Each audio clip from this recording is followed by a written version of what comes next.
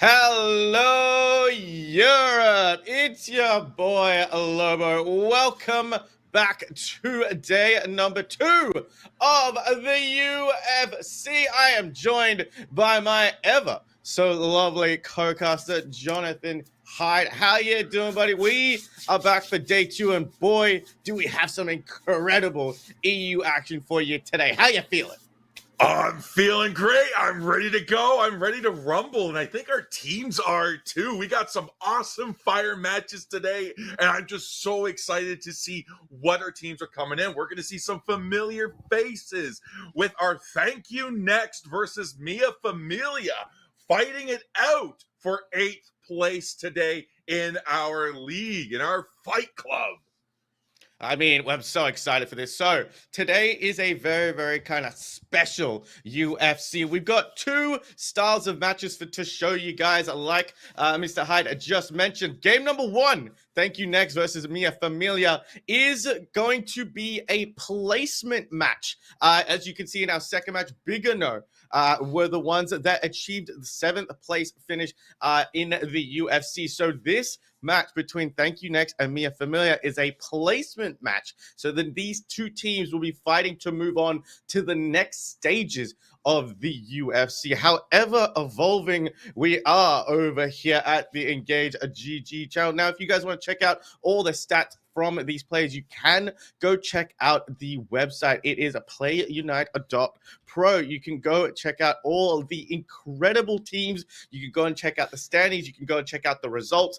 All of the data is there at your fingertips at that absolutely incredible website. Now, game number 2, Hyde, Big or No versus Los Duras. This is our Open Series final. Day 1, we had the group stages. Our teams in the UFC were split into 2 teams. These 2 teams both came out on top with the teams with the most wins and the least amount of losses from day 1. Now, they're going to fight it out in the finals here. So game 1's going to be a best of 3. Game 2 is going to be a best of 5. Hyde, how exciting is that? I think it's going to be incredibly exciting because no matter what you do, whether it's a best of 3, best of 5, this is Fight Club, which means fearless draft. All our Pokemon here are going to be banned out once you pick them. It's going to be absolutely done. So if you're not familiar with how fearless draft works, here is the breakdown. Match 1, you pick 5 Pokemon on top of the 3 bands that are coming out for you, but those are the only 3 bands. Match number 2, though, the 5 Pokemon you used in game 1 become your own bands. That's right. As the games go on, you are now banning against yourself while the other team still gets 3 bans with you. So game number 2, you're going to have 5 bans against yourselves. Game 3, you're going to have 10. And that just keeps stacking up. And we get to a game 5. That is 20 Pokemon banned against yourselves that you banned from yourselves. That you were just like, you know what? I got to play these Pokemon. There's a lot of various strategies that you can implement. There's a lot of mind games and trickery coming about, and there's going to be reflecting in the 3 bans that each team has in each match. Maybe you want to bring Blissey number 1, but once you do, maybe you're just like, you're going to deny the other team that Blissey, so that's going to be a perma ban for you. That's how some of these teams function. That's how some of these teams work, and that's what we're going to get to see today. I mean, I'm really, really excited about this, Hyde, but we're not going to waste any time. We're going to head right on in to game number 1. Thank You Next is going to be on your purple side. Mia Familia going to be on your orange side. Ain't no waiting around here at the UFC, Hyde. Suicune Boswell being banned off straight away alongside Mega Lucario. I think that's also a regular Lucario that Niat is hovering over, but they might change it to the Bringer of Nightmares. Darkrai did get a buff. It is a lot of fun to play right now, and it's a demon to deal with on Thea Sky Ruins. Oh, it absolutely is. I mean, there's some counterplay to it. You could run a Miraidon for the electric terrain. You could run a Blissey with the safeguard, but these sometimes are just not enough. So you want to get that out of there. Just like that Hoopa. Hoopa is a very powerful Pokemon, able to teleport its allies across the map or to even just one guy using the Phantom Force trick combo. Either way, it's a Pokemon that's very hard to deal with and you don't want to see it. Glaceon, though, from Mia Familia, gonna be a powerful pick. I mean, Hyde, you and I have just recently casted together. This is our second time. My name for Glaceon is the Big Blue Button. If I wasn't able to sound more Australian, that is essentially just raining down damage with those Icicle Spheres. I can see why Mia Familia don't want that Pokemon used against them. They look to be starting with a very, very bulky all-rounder pick with that Emperor Penguin Empoleon. It did get nerfed a little bit, but it's still very strong. We do see Thank You Next picking up the defender as a priority. Blastoise also very strong right now with that Hydro Pump and Rapid Spin combination. It is proven to be the best moveset currently going on Blastoise because it provides so much disruption. It provides a lot of knockup, and when you combine that with the Hydro Typhoon Unite move, it's such a problem to deal with. Galnagana gonna pick up Crustle as well to counter the Blastoise. Now at the World Championship, Crustles became a fan favorite, but we got the pink trio being picked up high by Toto, Indigo, and Pico. Yeah, the pink trio is definitely something you need to watch out there. We got Espeon, we got Clefable, we got Mew, we got Blissey coming in here, and we got Raichu. No, we're hovering and baiting. Snorlax gonna get locked in for Vic. Very powerful engager, very powerful peeler as well for a lot of these teams, and we're gonna have Laura on that Talonflame. Very strong Pokemon. Mew has to watch out. I mean, a double defender coming out from Thank You Next, really wanting to protect Toto on that Espeon, but Talonflame going to take to the skies. Whether they decide to go the absolute nuclear option, which is Brave Bird, or the more strategic option, which is Fly, just having a look at that Charging Charm alongside that Razor Claw and Attack Weight, we might possibly see both, but it looks like a Vic, and I don't even know how to pronounce that name. He's just got Shrug with a question mark going on. Are going to swap places with those defenders. EXP Shake going to go on to the Snorlax. So, as well, Reli's going to round it out. Double all-rounders versus double defenders off the bat. Mia Familia want to stay in there and brawl. Indigo is going to have a very tricky time with this. Again, the AoE healing that Moonlight does provide is going to be very, very interesting, along with those stacking glasses and the hood on that Clefable. Todoroki, if they're going to play that, I mean, Psyshock goes well here. The stun onto either of those all-rounders is going to be huge. Hide. However, that stored-powered Espeon is going to be hard to take down. Psychic Solaire is so incredibly good as a Unite move as well to really make sure that Thank You Next can get those engages on. So game one, looking very hype. Both these teams want to secure placement for the next stage of the UFC on paper. Who are you giving this one to, my friend? You know what? I have to say, like, Mia, Thank You Next has a lot of great Pokemon on the team. Right, like you said, Disruption, Psychic Solaire on the Espeon, even Stored Power, possibly Psyshock. We do have this Blastoise coming in here, possibly with the Rapid Spin Hydro Pump. I'm saying that's probably what's coming in. We got Gravity on Clefable to help disrupt anything the Blaziken might want to try to do. But I do think that we do have a lot of brawlers on Thank You Next, and we got really got high damage brawlers from Mia Familia. Blaziken is one of the kings of all rounders right now, especially with that huge buff from the healing that it got. And Empoleon is also very, very strong. I think Mia Familia, if they're able to play around their unstoppables, their CC immunities, I think Mia Familia's got this. Yeah, I agree with you, but there is a brawl-heavy start to this game. Snorlax having to pop that eject button early, taking a lot of damage from the combination of those boosters and the Electro Ball secure. The execute coming up from Mew for the side of Mia Familia. They draw first. Bordy has to back on out that Empoleon. Little Piplup struggling that early game, but Combuskin is here. So is Talonflame. The Fire Starters, the Firebird's going to take on each other. Acrobatics is going to go, and most of that goes to the side of Mia Familia. However, Thank You Next are the only ones to have any points on the board. No stacking for Mia Familia just yet, and that is Psyshock coming out from the side of Toto on that Espeon. Those stuns plus that damage is a big problem. If this Espeon gets rolling and moving, it's going to be a problem for me and Familia to deal with. Yeah, this early game is definitely going towards the side of Mia Familia. I do believe they got the advantage coming in here. We got a lot of pressure coming in from the Clefable and War Turtle, though. Nice push from the Hydro Pump from the War Turtle to back off that Empoleon. We're fighting over the Natus now. Are we able to get in? Can we get the KO? We do! And Primplup gets that KO, but here comes the Talonflame.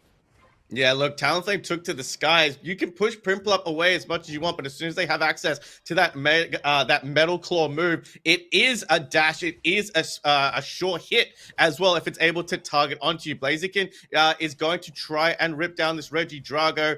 Snorlax going to try and put some speed on. Look at that band on him. He's ready for some exercise. Heavy Slam comes in to disrupt. However, Talonflame takes the sky. Snorlax going to take a nap, gets trapped by the Rock Tomb.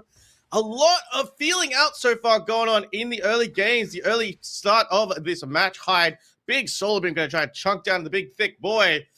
A little bit of unease going on from both of these teams right now, buddy. Yeah, I think what's coming out that's also surprising me, 12 points have been scored. We're almost 3 minutes in, 12-0. Barely any scores. That means all our Pokemon here have barely any attack weight stacks.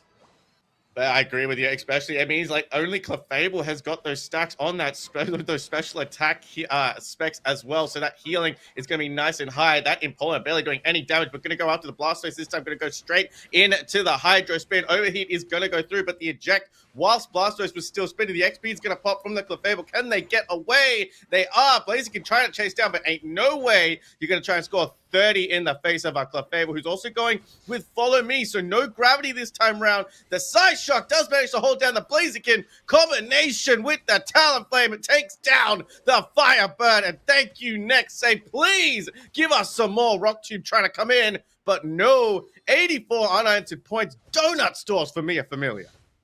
Oh my gosh, the quick turnaround on that, the flip, the fact they didn't get the KO on the Clefable was crucial. The Clefable did a good job allowing for the Blastoise to get away. How quickly Espeon and Talonflame were able to rotate to support. Thank you, Next is here to play, and they're definitely going to show Mia Familia what's what. They're going to take that Regidrago off the pad as well. So that's global experience coming through. Allowing Clefable to get those stacks unabated is really helping out with that healing. The Follow Me is going to distract Blaziken away. Going to get the stun from the Espeon. Blaziken's going to try and Fire Fist their way through. If Blastoise spins, Blaziken's going to spin as well. The Focus Blast hits its mark. Just trying to back off. Thank you, Next, for now, Hyde. Yeah, but the Blaziken's going to come in with a Blaze Kick here. Going to try to kidnap somebody coming in, but it's not going to work. With a lot of stuns here, but the Clefable is caught out. The Follow Me gets it away there as we're going in. Nice dive in from the Empoleon, but we're not able to get anything as Thank You Next locks in Regieleki. Now this is a 6v5 scenario. Huge stuns possibly coming up from the Regieleki. Yeah, look, the Sovereign Slide did come in, but unevaded. But there's the Psychic Solaire into the fly, just jumping down on a Mia Familia. These Side Shocks are hitting from downtown. Regieleki is still almost full health, but Blaziken picks up a 2 KO streak in the face of the Espeon, getting a 2 KO streak. Now Mia Familia can focus their attention on trying to take down this Regieleki. Snorlax's block is going to make sure that Blaziken does not have an easy go of this game. Hyde, we're 5 minutes in already. Where has the time gone? 84-32. These teams looking a little bit more comfortable heading on into the midway section of this game. I mean, they say time flies when you're having fun, and I'll tell you, these teams are having fun. It has been a riveting match from the get-go. The Crustle up in the faces, supported by the Mew. Excellent X-Scissors, but the Espeon was just able to edge out, getting away. But massive damage coming in. Great use of these walls from Crustle. Clefable is putting in overtime with those Moonlights.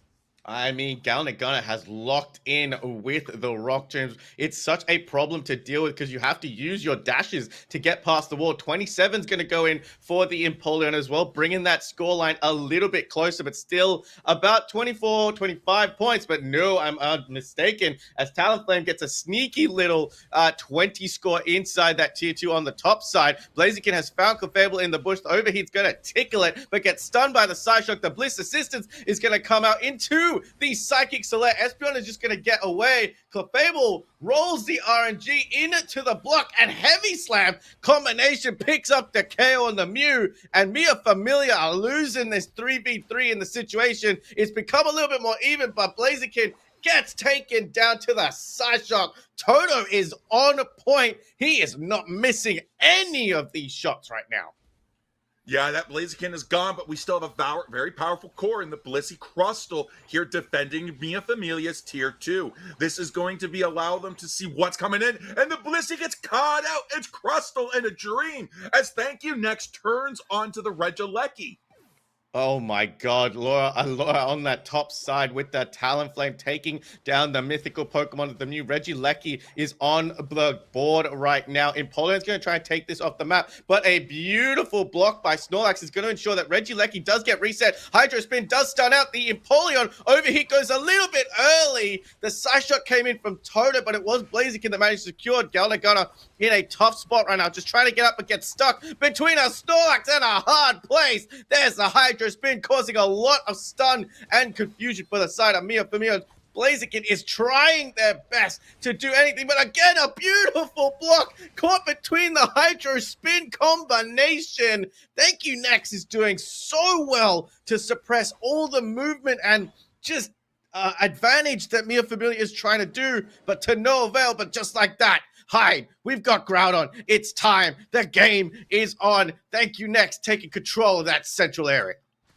They do have the control of the central area. Already, we do have Relly in position and out of position here. They're trying to get back to their Blissey, and they get it. Now they have to reset to come back in. We got our Empoleon now connecting with Gunmar. Our Crustle here. Nice X-Scissor, but there's the Rubble Rouser coming in. Block from Snorlax, doing an excellent job peeling and kidnapping. We're already isolated the Crustle. This could be the KO we need. Nice Flame Sweep from the Talon. Comes in, grabs it. The Blissey's trying to get out of 1 HP to Dream. There's the overheat from the Blaziken as we now isolate and take down the Empoleon. Thank You Next is moving KO after KO. I mean, they're coming through. They're putting the pressure. They're going through. The chaos happened on the side of Mia Familia. Groudon has been completely ignored by both of these teams. Talonflame has taken to the sky, possibly going to try and go for a tier 2 cap on that top side. The Solar Beam's raising down. Nice Rock Tomb by Galnagana. This is chaos from start to finish. We still have the Hydro Typhoon Unite move from the side of Thank You Next. They can go for the disruption, but the block just stops Relly from moving at all. Blaziken just does not have free reign. Galnagana gets stunned by the side shot, but has to use that eject. 50 going in from the Talonflame. Empoleon looks like they're going to try and score on the backside as well, but they only have 20. Bordy realizes that 20 is not enough. 30 seconds to go. Groudon is finally being looked at by Bordy. Hydro Typhoon does manage to hit one person, but it's not enough. And now, Hyde, attention turned to the Groudon. Nope, I'm once again. Thank You Next has such control of this Groudon pick. Oh, they absolutely do. That's 1, 2, 3 down from Mia Familia. They got to do something to get back into this game. They're just going straight for the scores here. Crustal's going in with a 42. Can we get the Empoleon score in? The Clefable's going for the Hundo Burger. Does it get it? It does. That is it. Thank You Next is going to take game number 1. What a game number 1 we just witnessed, my friend. Bro, usually game number 1, it's everybody feeling each other out. That happened for about the first minute and a half of this game, and then all chaos broke loose. Thank You Next had so much more control of that entire Groudon pit than I ever expected them to have. Wow. I mean, take a bow, Toto. That side shock was absolutely on point, but let's not take anything away from Ouch on that Snorlax. The blocks were stopping Relly from really doing anything. And when I say stopping from doing anything, 106k damage whilst having a Snorlax in your face the entire time is kind of ridiculous. Oh, it absolutely is. The way that Thank You Next was able to control the map, just not the map, but the pacing of the game as well. Like, we have so many reverse sweeps coming in here as we now get this going. Like, look at this. There's a reverse sweep from the Blaziken as we're talking about it right now. They're coming through and they're doing really good, but that is where that Snorlax is coming in. Nice pivots to absolutely shut them down. As you said, their mobility was just limited.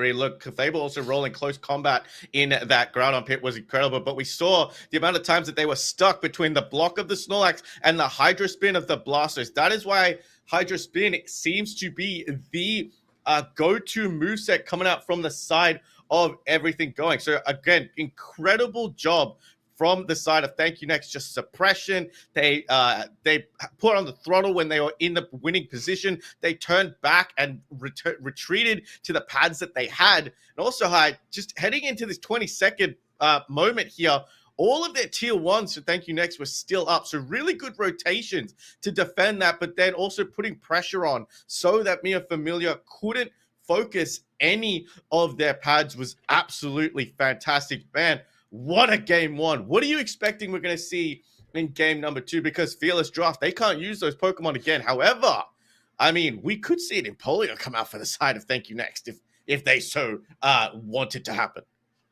Yeah, and Pawmot is still up. Pawmot is a very powerful Pokemon that they're able to bring in. Blissey is no longer a viable option now for the side of Mia Familia. That's a powerful supporter gone. Like, they used a lot of their power picks. They threw a lot of their everything into this game one, and now now it's Thank You Next into the match point position, so they have to go back to the drawing board. But Clefable is gone for Thank You Next, and I think that was the crutch. That was what really made Thank You Next shine in this game number 1, and now it is on the board for Mia Familia to take. Yeah, absolutely. And you mentioned something very, very important. This is match point situation. We usually see a lot of best of 5s here at the UFC. However, for this placement match, it is a best of 3. Win 2 and you're done. And Thank You Next want to get this done over and done with quick succession. Win 2 on the trot. They don't want to take it to a game 3 situation. I know we as casters love a game 3 situation, don't we, Hyde? But I'm so excited to see what's going to come through for the next game in Fearless Draft as we get this set up. We're going to take a little bit of a moment to talk to you guys about our fantastic sponsor here at the UFC, Pink Parsnips Computers. If you guys want to upgrade any of your setups, including your PC internals or even your peripherals, Pink Parsnips Computers is the perfect company for you guys to do that. They are a UK-based gaming and peripherals company. So if you want to take your gaming to the next level, please check them out. You can use our code INGAGE GG at checkout to get 5% off store-wide. I know every time that I come on here, I look at that Steam Deck Mini every single time. Hyde, it looks very, very enticing, and I kind of want to get one and pick one up for myself. But thank you so much to Pink Parsnips Computers for sponsoring us here at the UFC. It is because of companies like that sponsoring these grassroots events that we can put this on, which means we get to sit here and cast more Unite day in and day out. So please, guys, go check out Pink Parsnips Computers. Pick yourself up something nice, but also use code INGAGEGG to get yourself a discount at checkout. My God, I love these sponsors, man. The community vibes when it comes to tournaments like this, Hyde, they're so fantastic, and it's so good to build what is already an incredible community, right?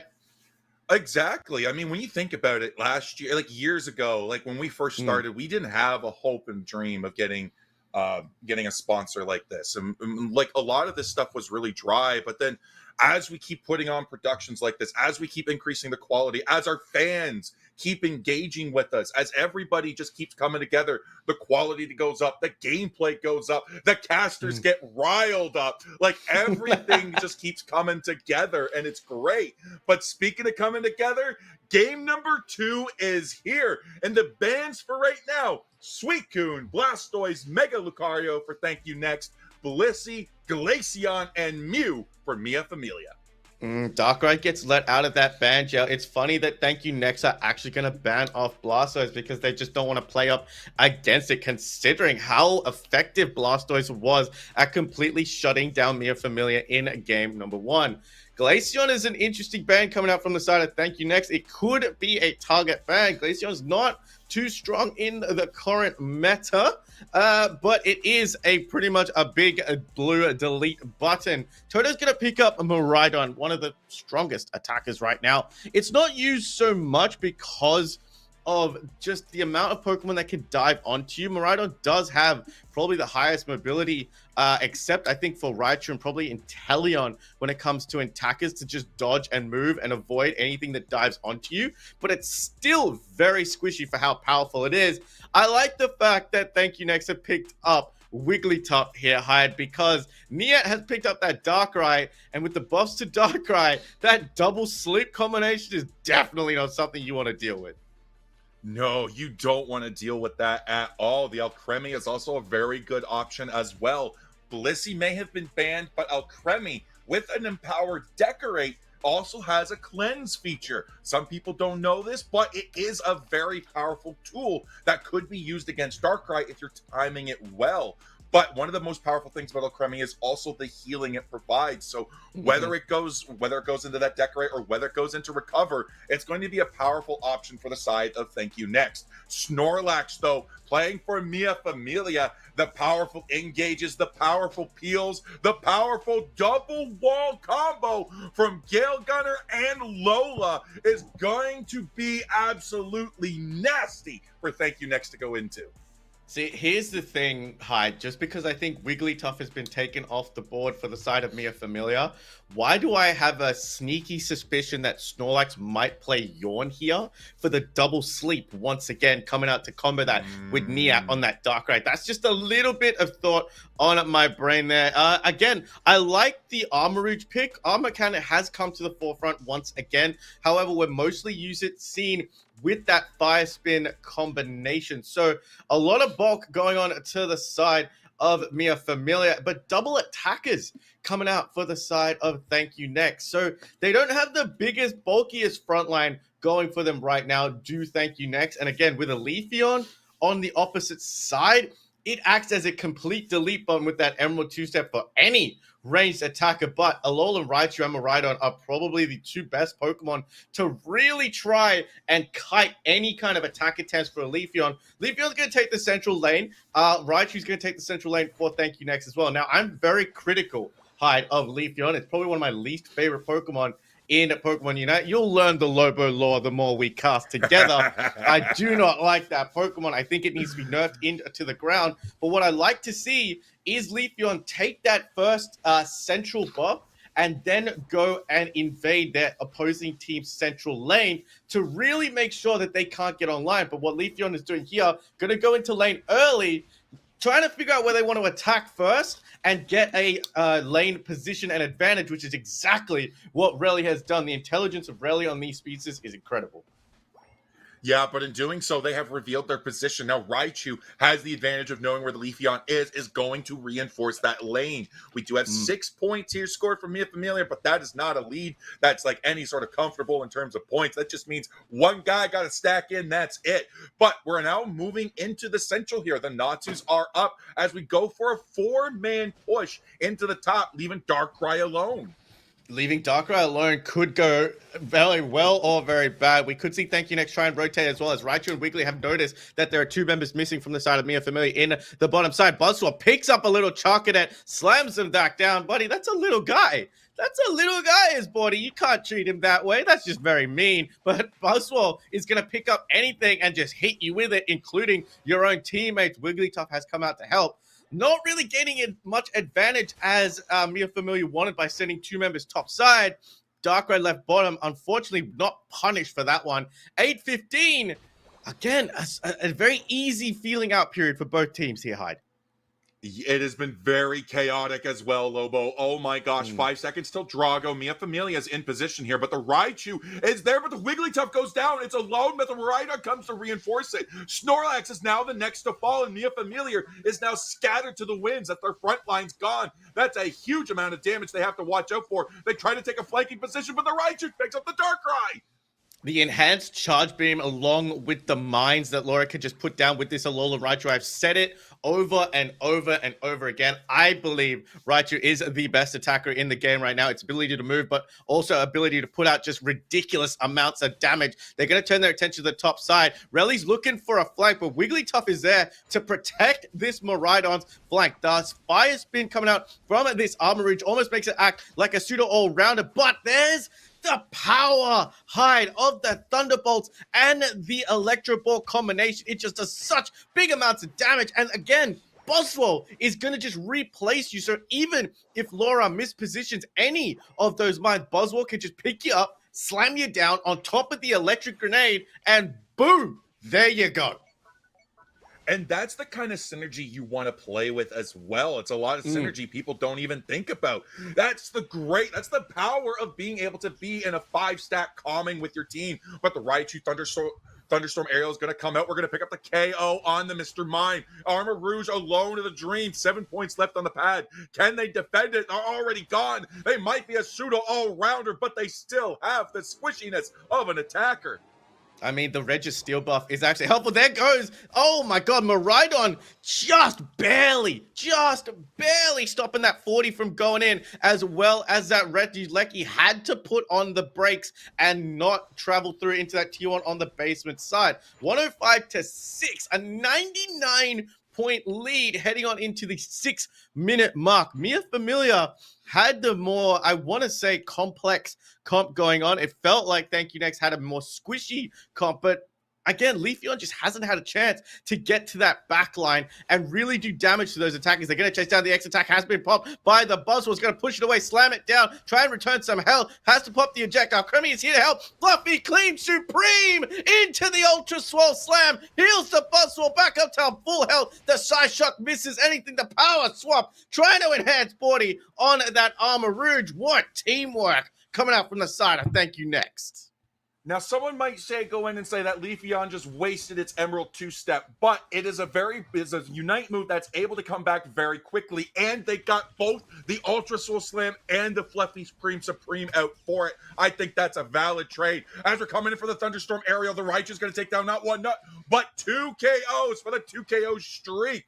Armor Rouge is on the back foot as Buzzwell comes up through the flex zone, trying to stop it. Armor Rouge coming around and kiting them, but the Buzzwell's ready to go. They miss everything coming through, but the Thank You Next is now peeling away as Mia Familia is grouping up. Darkrai finally was able to get a KO on the Raichu, which means Thank You Next don't have that backup, but the Fight Future Meteor Storm is going to ensure the future looks brighter on the side of Thank You Next. Emerald 2-step does manage to, sorry, it was the Razor Leaf. They just used the Emerald 2-step, does manage to get a little bit of a revenge KO on the Buzzwole, but really is on low health getting out of there. They brought this back. There's still 102 points between these two teams, 148-46. Those levels looking quite nice. Everybody on the side of Thank You Next in double digits. Not yet for Mia Familia. Those supporters still lagging a little bit behind, but that's a level 13 Raichu at 4 minutes high. That is a problem. That is a massive problem indeed. Not only do you get both of your upgrades, but now you have 2 solid minutes before Groudon to get your 14, possibly even your 15. And the way that is just outputting so much damage, it is just going to be a fight. But it's a battle of the dreams in the bottom lane as Wiggly and Darkrai go at it 1v1. I mean, look, I'm a big fan of Darkrai, and a Darkrai Wigglytuff combination is so good, but the bulk coming out from Wigglytuff is just going to turn about as fair play, puts the Darkrai and the Leafeon to sleep. However, no attackers are there. There it is. There we go. The Raichu comes in with the Electro Ball with the assist of the Wiggly, trying to bring out the Emerald 2-step, but just too late. They're going to try to do the quick math here. 47 goes down to 7. Bright Future Meteor Storm from the Miraidon does manage to knock up, picks up a KO streak of 2. And Snorlax just had to get on out of there. Thank You Next. Looking very strong right now, Hyde. We're heading into final stretch. Experience is doubled, but it doesn't look like Thank You Next needed Mia Familia. Probably need on their side. Is Archer's going to try and take a red buff away? That's ambitious. It is ambitious. They're caught out, but it might just be a bait because look at the Wiggly. Nice Sing mobility. We got the recover from the Alcremie to keep it up. This thing is a tank and a beast. Now the Raichu is here throwing down these Electro Balls, throwing down these basics. And look at that. 1, 2, 3 falls down for Mia Familia. They're now on the back foot. Regieleki's hit their tier 2. Everything is in chaos for the side of Mia Familia. Raichu walking away with that red buff, but then just sitting there and holding their places. They say, look, I'm a sing and you are gonna like it. And again, Raichu just coming out, just standing behind a wall and throwing down those grenades. 258 to 59. It's oh my God, I can't even do that, man. 199 between these two. Heavy Slam does go on. It's gonna try and isolate the Wigglytuff away from the rest of its team. Now, that's exactly what they wanted. Wigglytuff has been a problem. Not gonna use its Unite. Starlight Recital does get popped into the power nap, and now Mia Familiar going to use anything they can do to try and get to the back ladder. Thank you next. Wigglytuff is still down. Emerald 2-step into the big swole slam. Bright Future Meteor Storm rains down onto Thea's Garoon. Mime gets sent to the sky and finish off by the raining down Meteors. 2 members down for the side of Thank You Next. 2 members down for the side of Mia Familiar. Damn it, talk about is even. Mia Familiar going to turn their attention to the Groudon, but that is a slow rip coming down as now Thank You Next alongside Buzzswole and Miraidon going to try and put a bit more pressure on Mia Familiar and swing the momentum back in their favor.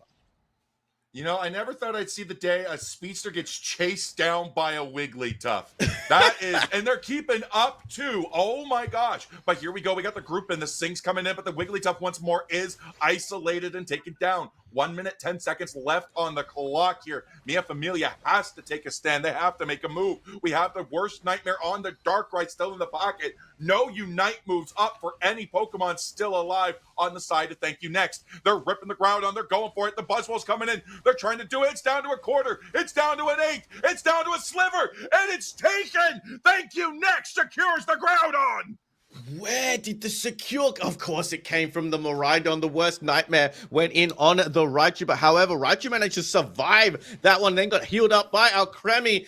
Mia Familia trying to do whatever they can to get these points in. There's a hundo burger. This game is going to be almost put beyond all doubt. I thought taking the Raichu out with the worst nightmare was a masterstroke of a plan to get that attack by Niat on to the Raichu. Wigglytuff's going to get another 44 in. And this game, number 2 hide and this set, earning their place in the next stages of the UFC is going to be Thank You Next. And that's exactly probably what they're thinking with these performances. Thank you, Mia Familia. Now, who is next up on the chopping block? Wow, what a game. Oh my gosh. I mean, Mia Familia did a really good job. They found their openings, they found their groupings, they found their targets, and they managed to come back. Every game, they managed to find the momentum and the upswing they needed to make the pushes. What was their crux? What was their downfall? Was the rotation speed from Thank You Next. They were able to just collapse instantaneously, almost, it felt like, on every target that they found. Wigglytuff and Alcremie found somebody, they went in and they just said, hey, and then they got either Miraidon or the Raichu to back them up. They knew who was going to be in the pairings. They knew who was going to support. And Alcremie with the massive 92k heals, Lobo. That is insane. Alcremie putting in the work, but also for me, Alc on that Wigglytuff has to be the MVP. The amount of times that Wigglytuff was able to save and just make it easier for those for the rest of the side of Thank You Next. Again, Laura doing the 100k damage, but again, barely bothered by any of the attackers on the side of Mia Familia. They thought with Darkrai they were gonna give a worst nightmare, make sure that they have some bad dreams. However, Wigglytuff was the one that put them to sleep. This is where I thought it was gonna end up for the side of Mia Familia. They looked very strong here, but only managed to pick up 2 KOs on the Raichu and the Wigglytuff. The combinations from Mia Familia, Mia Familia, the combination from Miraidon and Buzzswole managing to take down the Mime. Darkrai actually got taken down within its own Unite move. Worst Nightmare, I think, needs a little bit of a buff because the fact that it is, you isolate your Pokemon and you take them into a space. Darkrai still not strong enough to take down some of the better threats in the Unite game. It's a problem. But again, Thank You Next. It's such a great job, Hyde. Shout outs to Wigglytuff. That was a brilliant performance. Yeah, it was. Oh my gosh, what a great performance to see it. And we got more coming up here after the break, guys. So don't go anywhere, because when we come back, we have Bigoro versus Los Duros. So grab a snack, come on back, because we'll be back after the break.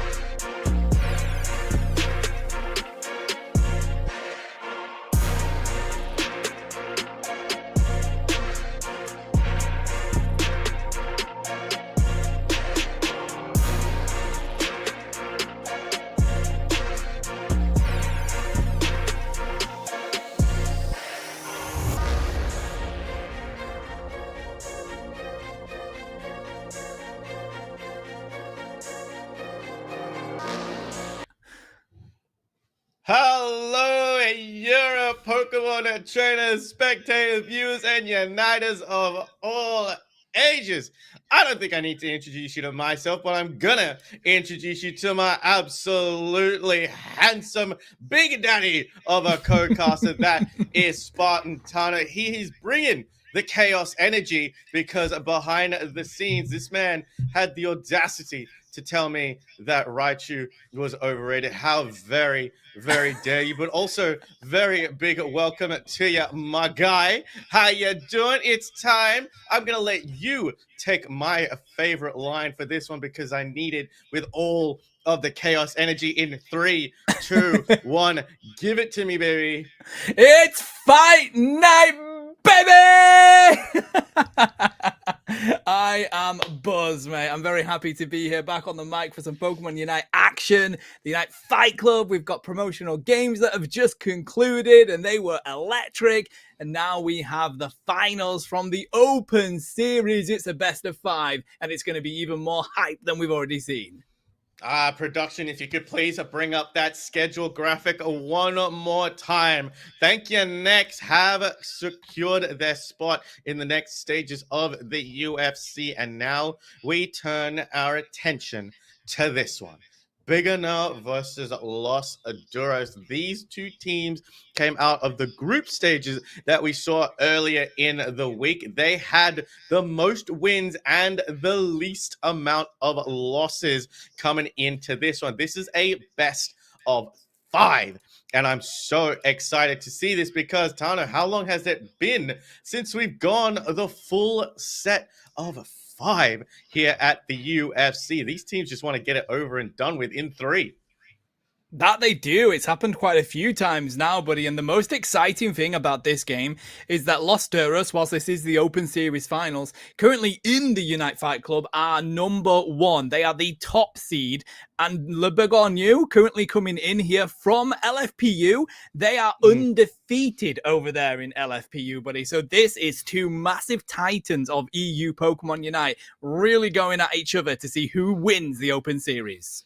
This EU region just seems to have like the nicest shakeups, the nicest everything. Like 2 weeks ago, we were talking about the transfer window, which is another exciting thing that we've got going on here at the UFC. If you guys want to hear any of that kind of transfer news, who's become a free agent, which teams are picking up which teams, go follow Engage GG on Twitter as well as Tana and myself, because we are keeping up to date with all of that information. But also go check out the website, playunite.pro. All of the information that we have here at INGAGE GG about the UFC is on that incredible website. The mods are going to link that in the chat as well, so you can go and check it out. I'm so excited. This EU region is evolving, and so many people are going to become more and more involved in it. That's a wink, wink, nudge, nudge as well. So it's so exciting to see, but we're not going to waste any time at all. Bigano going to be your purple side. Los Duros going to be your orange side. No way. Albano, Oscar, Danny, Louisen going up against Milfilm, Hiyori, Big Greg, Volter, and Aslan. Mate, this is a Titan showdown. It really is, and it doesn't get any more exciting than this. Begogne had a fantastic showing over on Monday's games with the Open Series, so they really want to continue with that momentum that they built up, buddy. Looking at the bands, it's going to be Hooper, Darkrai, Inteleon, Blissey so far. Let's see what the final ones are going to be, as Louisen is going to take out the Suicune. Being that second band means you kind of don't have a choice. You have to take that out, or the other team will pick it up. What will Aslan round it out with? I think knowing Danny is on the other side there, I think that's smart, mate.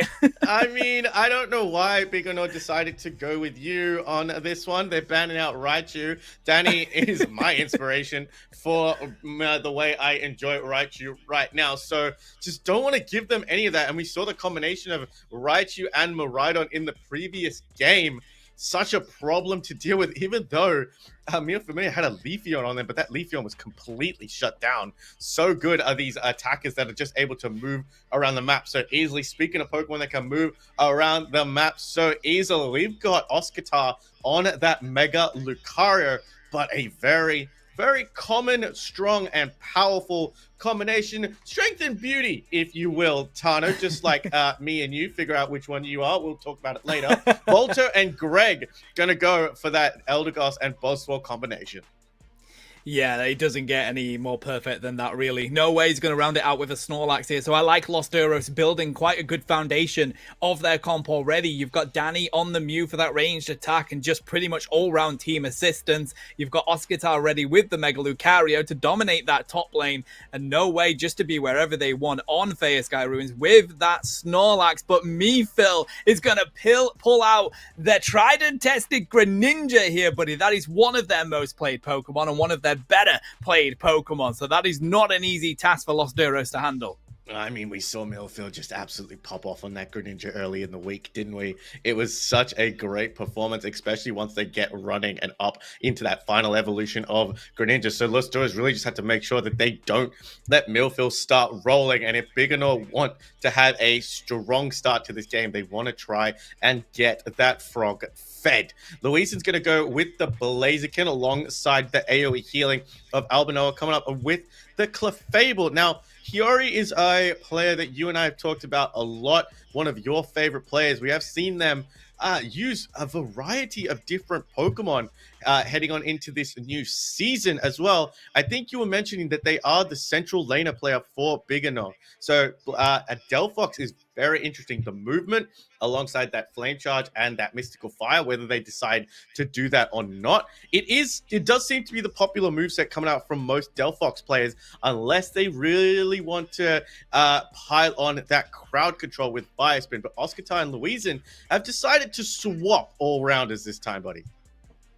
Yeah, that they have. Okay, I like this. And I do like the double combo that we've got coming out of Bigarnu here. Yes, you do usually see one central area Pokemon, but this means having the Delphox and the Greninja opens up spreading that experience out to your team as much as you possibly can. I hope Hiyori is not in the lane on that Delphox, because whilst they're very good players and very capable of doing so, do not take Delphox into a lane, chat. It's just, please, I beg, it's awful. As much as Delphox's secondary movesets, whether you get Fire Blast, whether you get Flame Charge, whether you get Mystical Fire as well, or Fire Spin, those moves are great. But when you're a little Fennekin and into as well, the Ember and the Will-O-Wisp just not enough in that early lane, and Delphox really needs those levels. If you stop Delphox from getting to its final evolution, it's going to be a big problem. But imagine, just thinking, buddy, Delphox, Mega Delphox is a thing. Could they bring that to Thea Sky Ruins? We already have one Mega on the field, but we see Hiyori's going to go nowhere else but that central lane, and it is going to be little Torchic in the central lane for the side of Los Duros.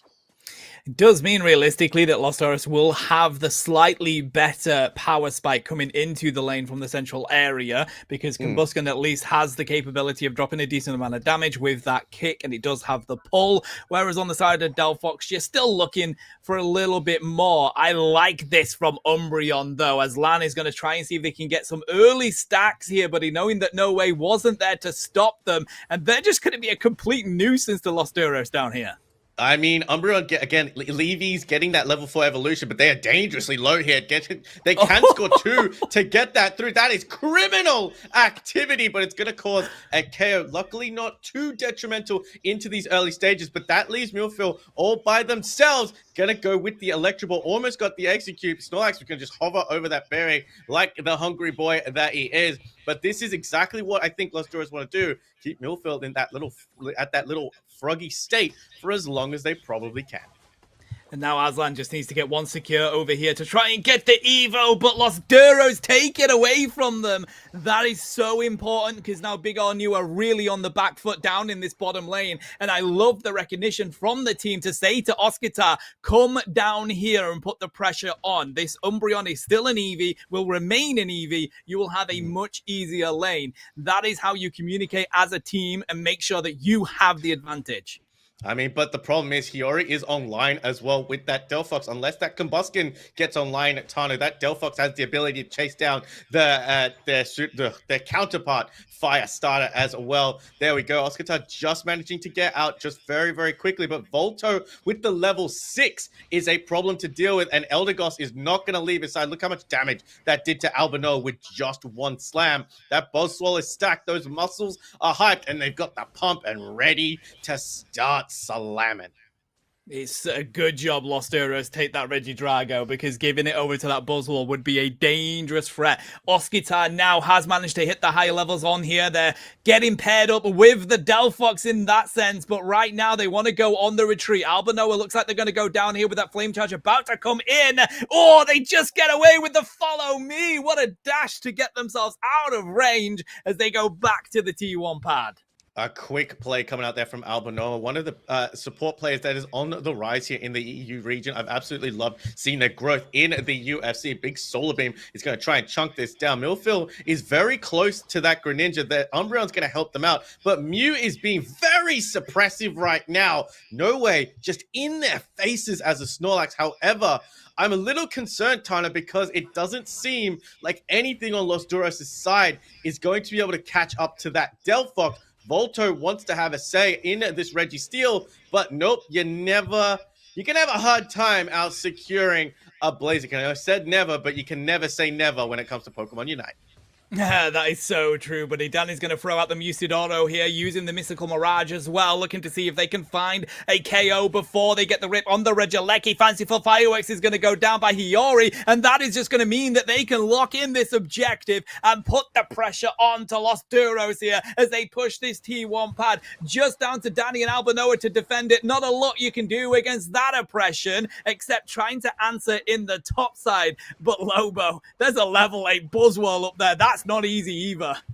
That's absolutely not easy. I liked Albanoa's little quick play there. Actually picked up the quick scores so that Big Ono couldn't just run down the scoreline. Close combat is going to hit air. I mean, how you hit air with a target as big as a Buzzwole, that is beyond me. Overheat's going to try and take down Aslan, but nope. Just managed to pick up a Speed Berry and yip, they're way on out there. That is exactly what I think Umbreon sounds like. Yip, as they go on through. But key point, when taking that Regieleki, they got the final experience that Millfield needed to evolve into that Greninja. However, just a suppressive fire that's coming up from the side of Biganor right now with Buzzwole and Delphox. That Delphox has barely been looked at. And now, unfortunately, Albanoa is going to have to pay the price. Nowhere to go but back to Nurse Joy on that one, as Los Duros are trying to defend their own T2 here. They are going to back Aslan away from it as they're going to rotate up to the top side. Fanciful Fireworks is back down, but Volto refuses to take damage here, buddy, as they find another KO onto the side of Oskitar. And they are really managing to get a little bit of control here on the side of Faya Sky Ruin. A big on new right now, 212 points to 79 as we hit the mid-game. And it looks like they're showing face for both objectives. Umbreon's rotating down here to get any vision on whether Lost Heroes are going to be there, whilst the rip comes into that top one. I mean, it's a second Registeel, and that's exactly what Biganor wanted to see. They take that off the board quickly, having the buffs, and look at where Millfield's going right now. Going to try and probably get a few more stacks, take away as much farm as possible. Los Duros going to rotate as a team. They've only got Umbreon to deal with. Lucario is here. We haven't seen too much of the Mega Lucario come into play right now. Albanoa gets a nice little score, trying to keep this in, but there's a distraction coming from the Umbreon, taking him by Blaziken, and now they've got an extra person. It's going to be 6v5, but as soon as that Fanciful Firework comes out to defend that pad, it's going to be a problem. Boswell's going to pick everybody up. Is Volto going to slam everybody down? But Albanoa pays the price. Water Burst Shuriken comes out from Millfield, and this is a beautiful defense by Biganor.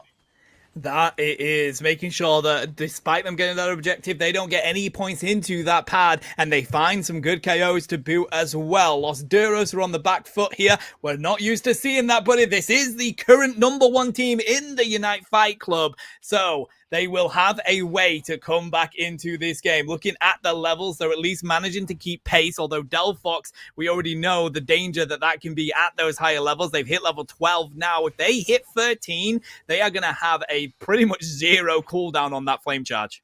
And that is even scarier to deal with, my friend. Look, Millfield is now here. Going to try and make sure that Danny has a problem with it. They're going to try and do a solar beam, but Millfield manages to get the 40 score in, increasing that score. The Lucario is going to jump, but Biganor have decided they're just going to get on out of there. Unfortunately, waiting for the cooldown on solar beam is a big problem. Again, the more people you hit, the less of the cooldown on the side of Mew. However, just being able to take down that Umbreon and Greninja, such quick Pokemon, ability to break those ankles. There's the same boosted into the secure, and that's a great KO going on to Volto. And now the jump over from Blaziken. Gonna try and get the jump here is Danny, but unfortunately, Umbreon just too tanky and just pushes Danny back on that Mew.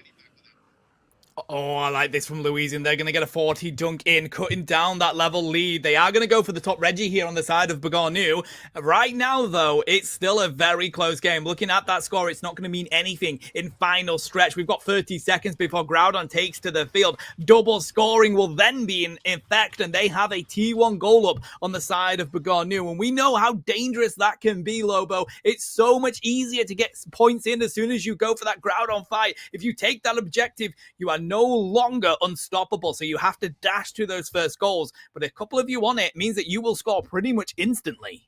6 seconds to go until ground. We have a level 14 Delphox and 2 level 13s supporting the side of Bigger North. Almost 3 level 13s on the side of Los Duros. I think Louisiana is just going to try and get that level 13 on that Mega Lucario. It's going to make it so much more impactful when it does head in. Millfield's going to protect that tier 1. The solar beams from Danny are hitting their mark, but Greg is just going to keep Hiyori nice and healed up. Aslan's going to try and find the picks. Volto gets hit with a beam as well. Danny is just on point with these beams, but Volto just going to try and march forward. No way, trying to find out where everyone's going. Louisiana is here. They've hit level 13, and now they've started this ground on. It's about to pop off with that Aura Cannon.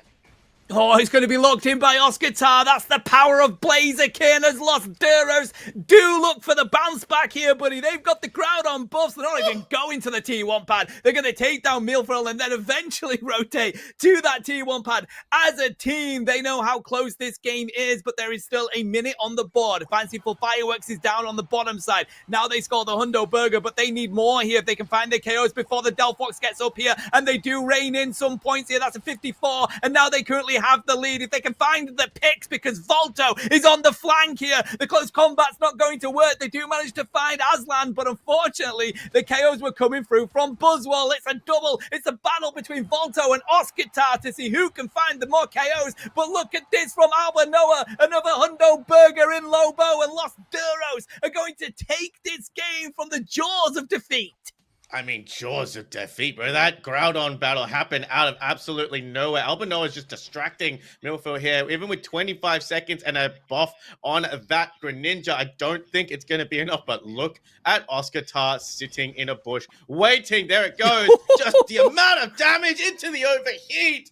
Oscar Tar wins that one. Millfield gets sent right back. Los Duros said, gut check time. Time to lock in. They distracted Biganor so that Louisiana could get to that level 13, so that Mega Lucario would be so incredibly impactful. They waited, they were patient, they knew how much of a level spike would be impressive, because you get the not only your plus moves, but you get more stats coming in. It might be one level, but never ever underestimate one level in Pokemon Unite. And they had such suppressive fire. You can't count on anybody else but Blaziken to secure a key objective in the middle of chaos. Unfortunately, Volto and Hiyori not using their Unite moves at that Groudon fight.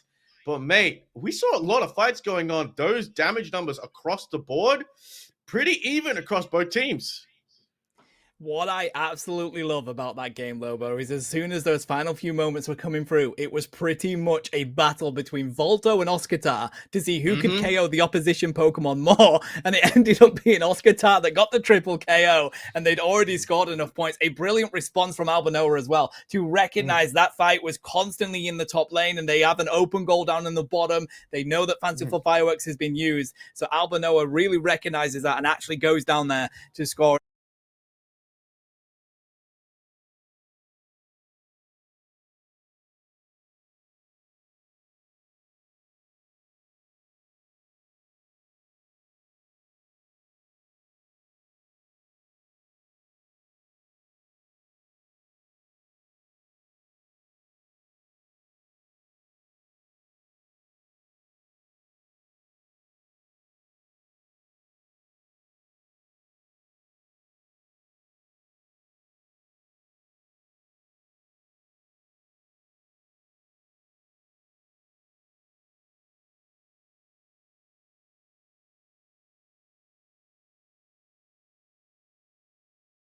improve because it's a stat buff. Again, you lose your there's no instant scoring, but when you have 4 members, even if you have 3 members sitting on a pad, that's almost an instant score, almost a 1 second score, 2 second score. When you try to score 50 points without any buff, it's about 6 seconds that you could be interrupted. So even just a 1 to 2 second score, it takes that amount of time to jump, even from your pad. So it's interesting, buddy. Like, it's very, very interesting. That it is. We are just going to take a quick break now just to get some things prepared before the next game, chat. So do bear with us. We'll be back with you very, very shortly. Possibly.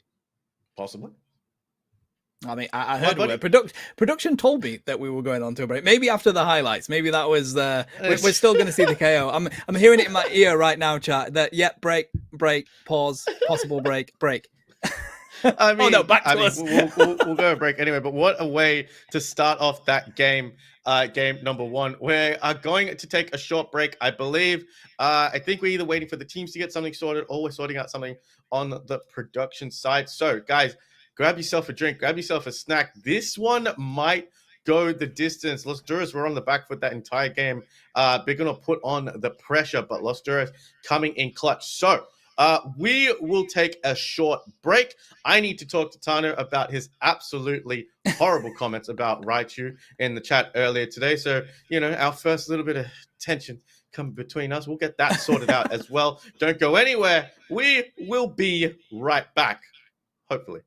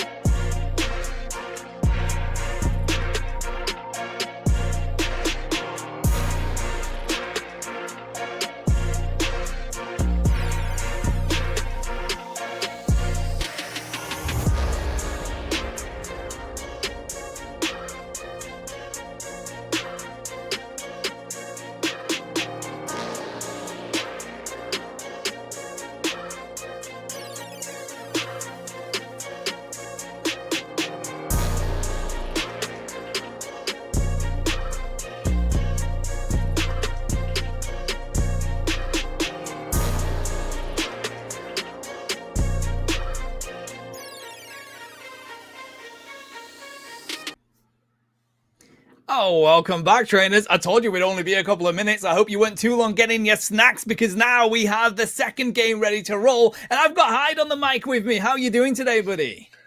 I'm doing great. I know, guys, I look a little bit different than Lobo, but you thought you were rid of me? Nah, you can't get rid of me that quickly. We're back here with Tano today. I'm so excited, Tano.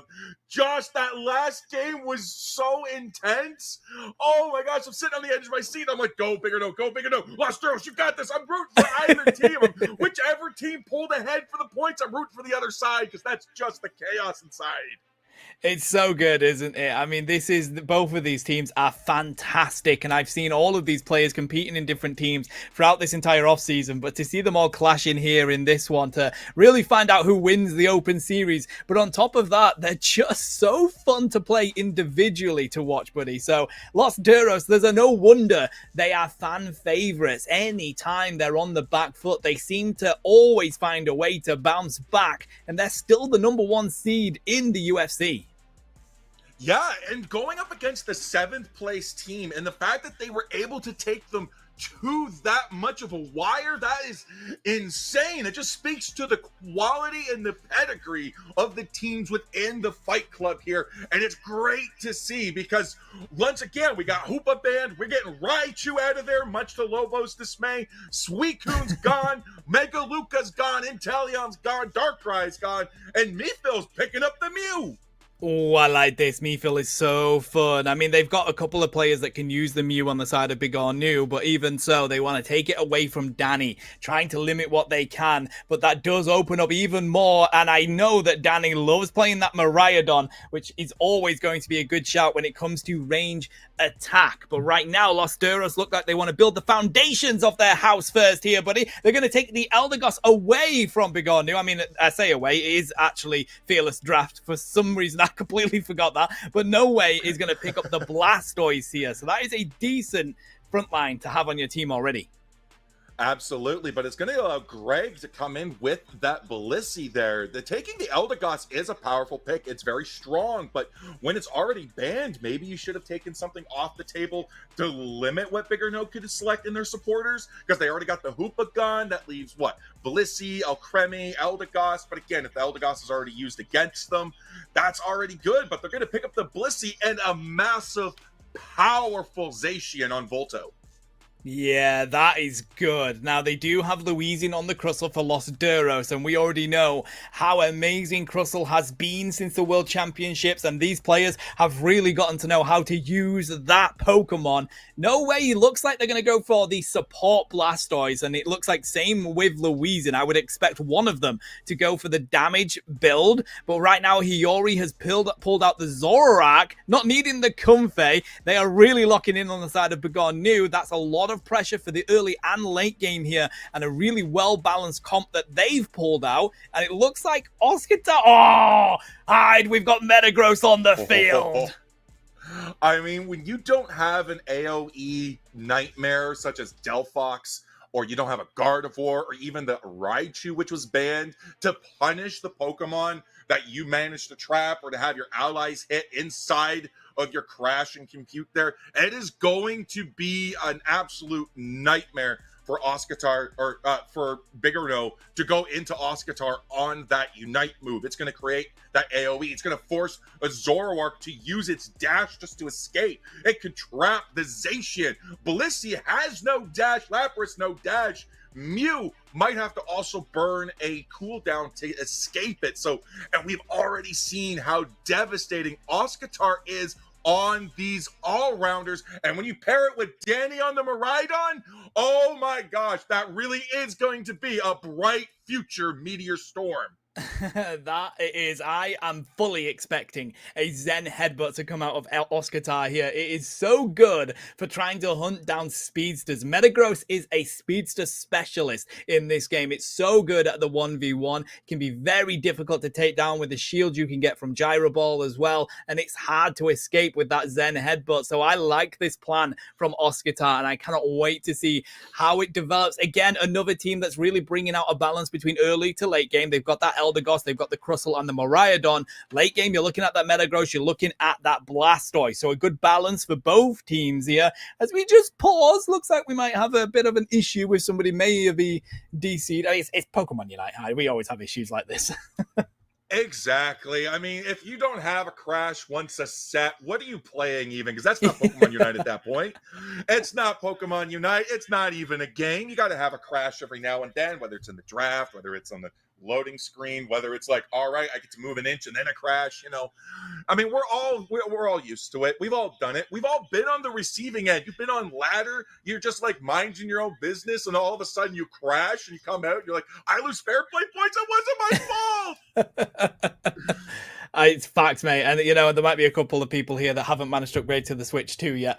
The incredible, it's crazy how much more stable this game is on the Switch 2 compared to the Switch 1. And let me just tell you now, when everybody got their Switch 2 and they were all coming into my chat like, oh, you're still a Switch 1 gamer, I felt it, bro. My game with DC once a night when I was streaming, without fail. And then I got the Switch 2 and I haven't had a DC yet. So it's crazy the difference between it. And hopefully it's not going to be a continue thing tonight. We only have one in a game or in a broadcast, so hopefully it'll all be good. But nevertheless, I am very excited for this game to kick on off, buddy. Big or New have to come back strong in this one, Hyde, because if they don't, that means it's going to be match point to Los Duros already, and you have to win out from that.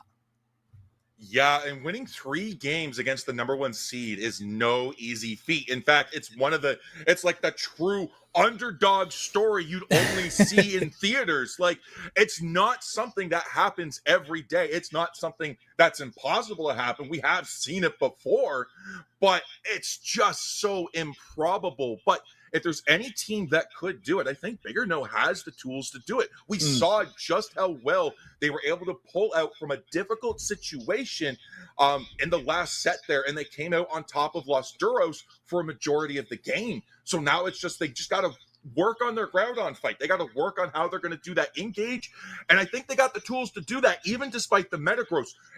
One of the things with the metagross, even though it's Oscatar on it, you just got to play ahead of it. Like, even if a demon is playing it, you gotta keep it behind. And we got Zoroark that comes online at 7, which can really, really help set that Beldum, set that Metang behind early. Yeah, and if you can do that, it is so important that you do, because realistically, as soon as Metagross is online, it's going to come hunting for your heavy carries. It's going to be looking for Hiyori. They're going to be looking for Mephil, and it is not easy to get away from, especially when you pair it with, and I have just noticed, the change in held items on that Blastoise from Louisin. So they are going for a very much attack Blastoise, which makes it an even stronger offense for Los Duros as we finally kick this game up, and we see it is going to be the Metagross taking the central area, with Eldegoss looking to take the red buff. Ooh, that's actually really powerful and strong, Tano, because Eldegoss has a lot of basic attack power that comes out from it, able to shoot a lot of them. And if you're able to slow the targets for that Squirtle to grab, it's just going to be absolutely devastating. Just like Aslan here, who almost went down but gets away. That is a little bit of a whiff if we've ever seen one, buddy. They get away on 1 HP, and a dream has begun. New are the first ones to score some points, a little bit of stacks going in. So if this game does end up tied, it'll be Beganu that take it, and it would not surprise me with how intense these two teams fight it out. Looks like Zoroark here. Hiyori's going to go for the bottom lane pressure, see if they can find a KO. We saw the same from Oscatar, so Hiyori's going to rotate to the top side. Yeah, Zoroark's going in there, and that's exactly what we want to see. We have this 3-man push in the top against 2. Now we're going into it. Hiyori's gone in. They take most of the birds there for the side of Big or No, but they're not going to pressure.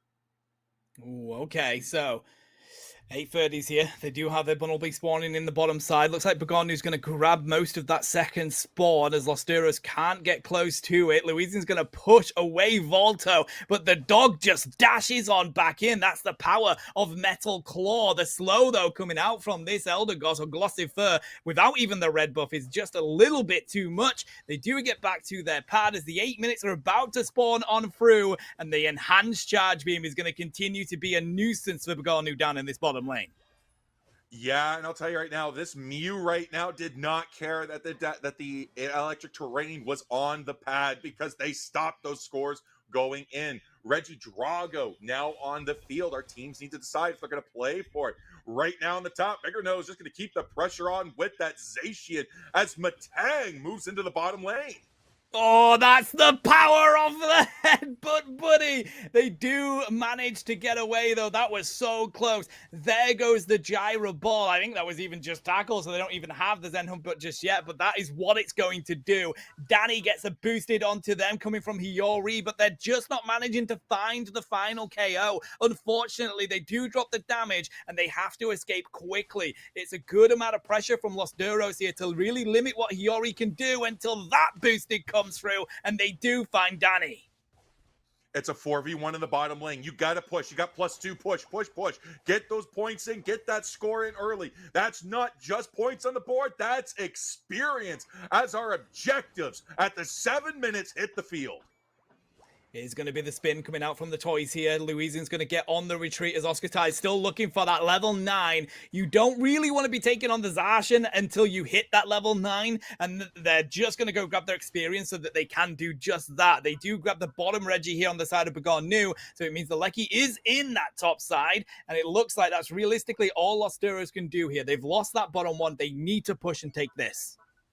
Yeah, but the Metagross is here. Oscatar's online, and that is a dangerous situation for Bigger No to be in. They're already ripping the Lecky. It's already down to a third of the HP as it is. The Sovereign Sword comes in, gets the secure, diving onto the Metagross there. The shields from Gyro Ball holding it up, but it's not enough as it's taken down. Reggie walking towards this top lane here. It's Zoroark Hiyori grabs the 3 KO streak.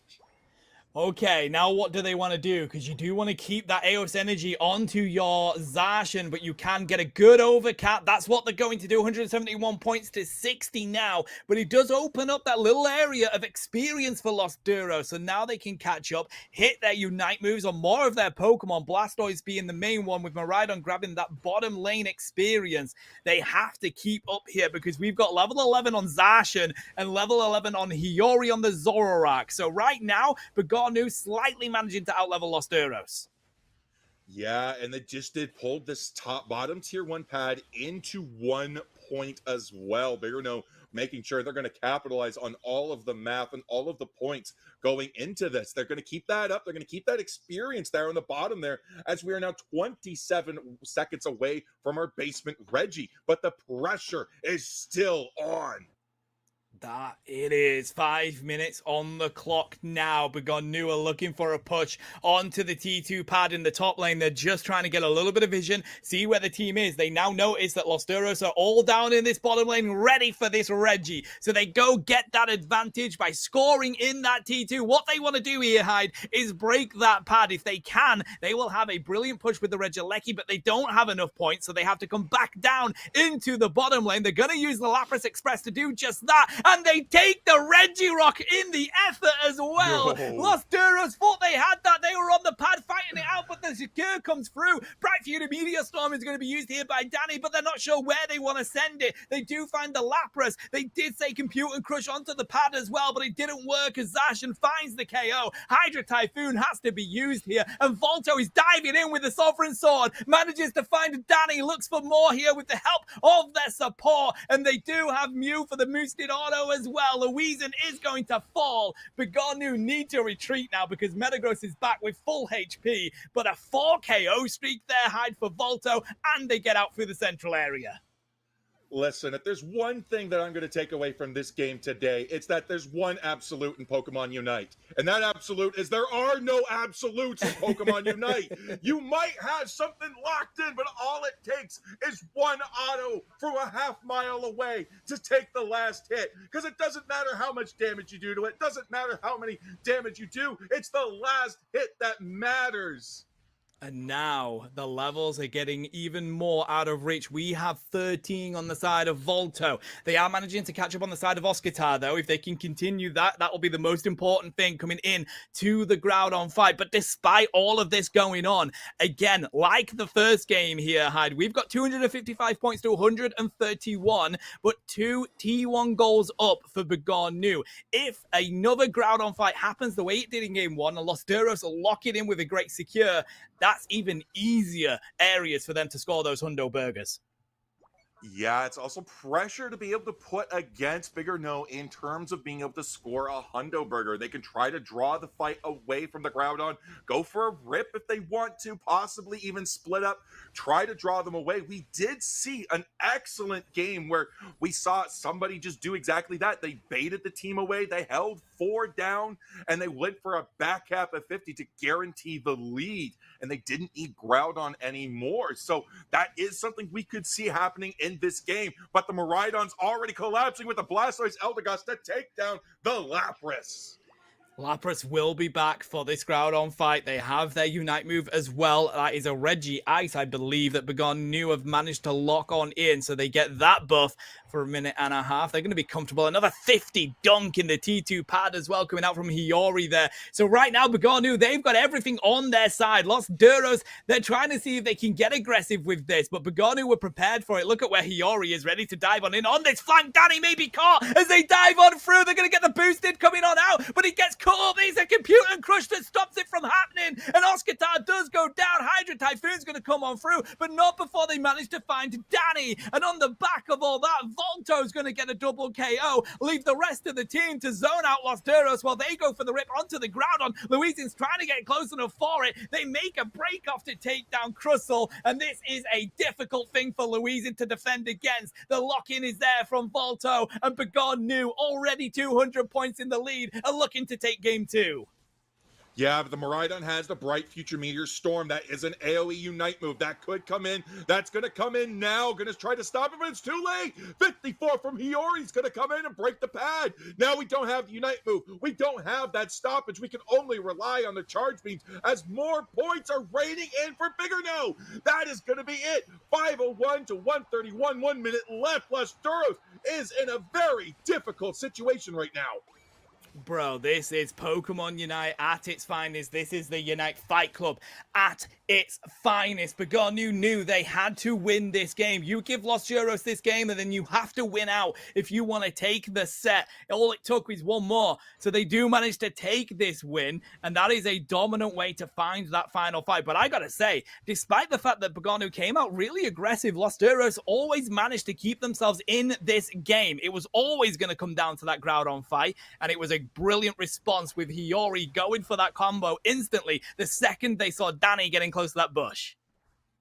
Yeah, but they're still going to keep up hope. They're going to buff those. They're going to buff those damage numbers. They're going to take those heal numbers through, and they're just going to go there and have some fun. They're like, listen, can we take this fight? We're going to do it on the T1 pad anyways. Look at that. Oscar is already taken down. We have the Miraidon gone, and that's just good old-fashioned brawling in Unite. Good sportsmanship from both our teams. We love to see it. We love to have a little fun.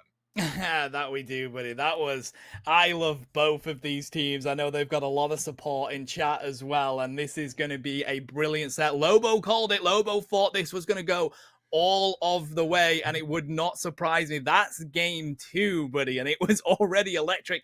This is Fearless Draft. They will no longer have access to that Zoroark. Danny doesn't have access to their Miraidon anymore. The Raichu keeps getting banned. They don't have access to the Mew. It is a crazy set is this one, and they have to adjust where they want to go as we have a look at these stats. That was 40% of the damage for the team for me, Phil. 119k there on that Mew. Yeah, that's insane. You can see the damage coming in here. You can see it translate into that bar too. I mean, we saw just the flat plateau and points for Los Duros there, but oh my gosh. And I mean, Hiyori comes in with 25%. That's still a really good chunk of damage as well. Like, and you come in, you see, like, and it's more divided up over on Los Duros. They took more of a spread out approach. 24 for Luis, 23 for Danny, 27 for Oscar there. But Eldegos hogged all the healing. Look at that. 59k, 103 from the Blissey though. Greg was working overtime. That they were. They was two really well-balanced teams, to be honest, buddy. And you can see it in these stats reflected. I mean, Mephil was so good. They took 15.5% damage. So that equation there is exactly what you want to see from your ranged attacker. They've dropped 40% of the team damage and only taken 15% themselves. That's an incredible equation that you want to see on your ranged attacker. Such a well-balanced team, such a well-balanced game between them both. And honestly, if I'm looking at this and thinking I've got to predict what happens, who wins this set, I simply can't. No, there is no way to do it. Like, there's no absolutes in Pokemon Unite. When we come through and we look at this, I mean, you could say it's 2-0, it's a victory in the bag, it's down to the final minute, but all of a sudden we swing 600 points the other way. It could happen. We've seen it happen before. It's absolutely devastating when it does, but oh my gosh. And look at this here. Look at this fight right here. This is where things started really turning around for Biggerno. They just found their thing. They took down 3 people from Los Duros, and it was the Blastoise. The Blastoise was the toughest target, but look at the damage coming up from the Mew. It just locks on with that Electro Ball, takes them down one by one. Expertly done by Biggerno. Absolutely love to see it. And they don't just scatter and go score across the pads like you used to do with the Rayquaza shield. They actually move as a unit to hit these pads together. And what a unit Volto was. That Zacian had a big ass sword in its mouth, buddy. That was a very difficult Pokemon to take down. Volto was very impressive with those Sovereign swords as well. Was brilliant. So I believe what is that? We're going on to a break production. Did I just hear you say?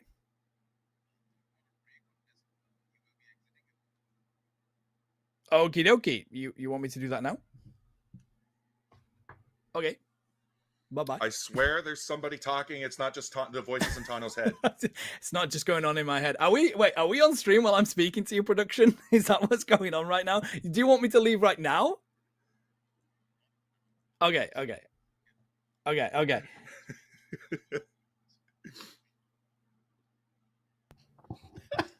Whoa, what a transition! Oh, guys, what happened? It's like Lobo's been here the whole time. I mean, from one absolute legend to me, I don't know how we go up from here, Hyde, but we're actually going to get into our game number 3.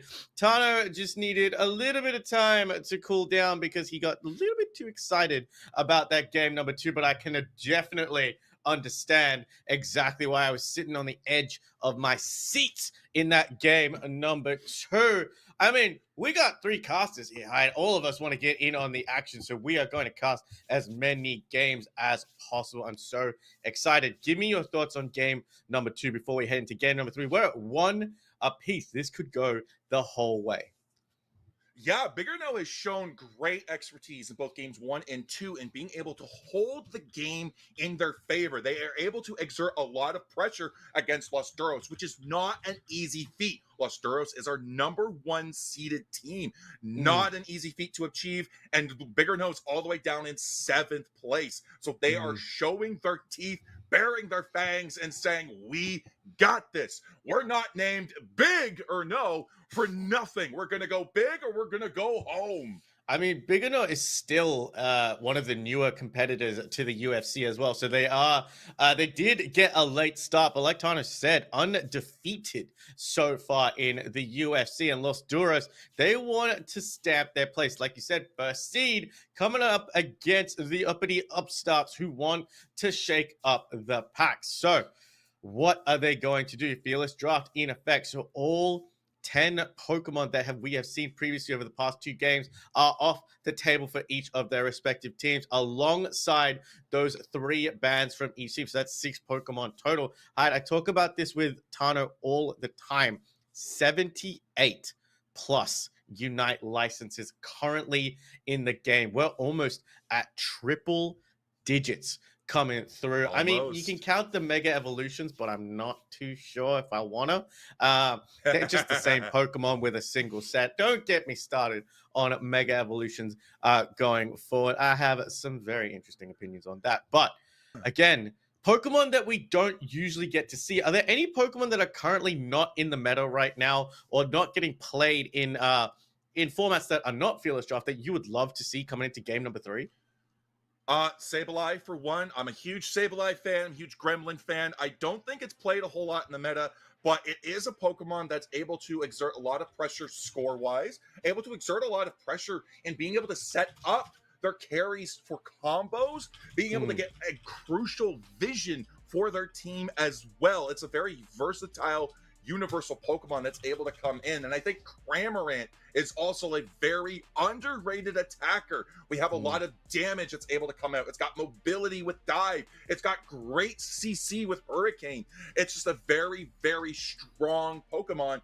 And I think there's stronger Pokemon out there, but in Fearless Draft, when you've got Raichu banned, when you've got Miraidon banned out from yourself, when you've got Delphox banned out from yourself, Cramorant might be the secret sauce to fill in for those slots. I mean, I love a good Cramorant player. I love a good Cramorant Enjoy, a Pokemon that doesn't get enough love, I don't think. However, the Raichu and Inteleon have to be target bans. They don't want to give Milfoil access to that Inteleon. Don't want to give Danny access to that Raichu. We see Aslan and Greg gonna pick up their defensive and supportive core here, Hyde, but no way is gonna pick up Suicune. Suicune is probably the most banned Pokemon apart from the Megas at the current moment, because you could take all the damage away from Suicune. Just the amount of crowd control that it is able to output is ridiculous. Albanoa is going to pick up the Trickster, and Louisan is going to go for Leafeon. Now, Hyde, we haven't casted together too much, but you will have to know that I am a very, very big Mimikyu fan. It is one of my gold badge Pokemon in this game, and I'm very excited to be picked up. I see it be picked up by a talented player like Milford.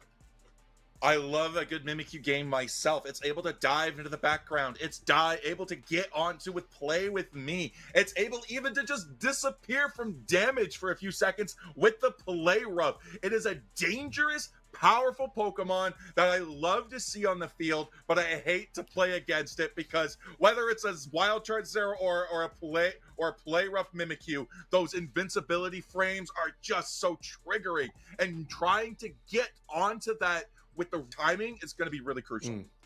I agree with you, especially with 2 Leafeons right now. I am thinking it's probably going to be a play rough Mimikyu. However, I still stand the Shadow Claw moveset over anything else because it brawls, it heals, it's able to do crit damage as well. And look at the attack weight stacks, as well as the Razor Claw and the Muscle Band. Perhaps that's leading towards a Shadow Claw style Mimikyu. We have seen Trick Room being run quite a lot as well. It's a fun moveset. It's able to protect. However, Biggino right now, I'm setting for 3 all-rounders. That is crazy. The amount of sustain that Biggino have on their team. If Volta's going to go that close combat moveset, that is going to be a problem because it can just stay healed. But E-speeding through 2 evolutions and a Garchomp to get through, I wouldn't put it against anyone apart from Volta. Can't see that final item on the side of Hiyori. If that is a full heal, that is a Scyther coming to play. And with Hiyori being in that central lane, that's a speedster instead of an all-rounder. But Scizor also has, I want to say, can see some play now. Again, the bullet punch combination, especially if you are able to self-heal a lot more, could work out really well for Bigger. No traditional supporter or healing coming out from their side. They're looking to keep themselves sustained with all of that lifesteal damage here, Hyde. Yeah, and you know what? If you throw a big root on that, that's just even more sustain coming out for yourself. Now, I know there's a lot of controversy. I was going to say it, but I played Big Root into that combination on sides before, and it was so fun. Sorry, I didn't mean to cut you off. I'm just saying. I mean, I might be a little bit of a conspiracy theorist here, but Big Root, bigger no. I mean, it just fits. It just fits. I mean, go big or go home, right? 100%. No.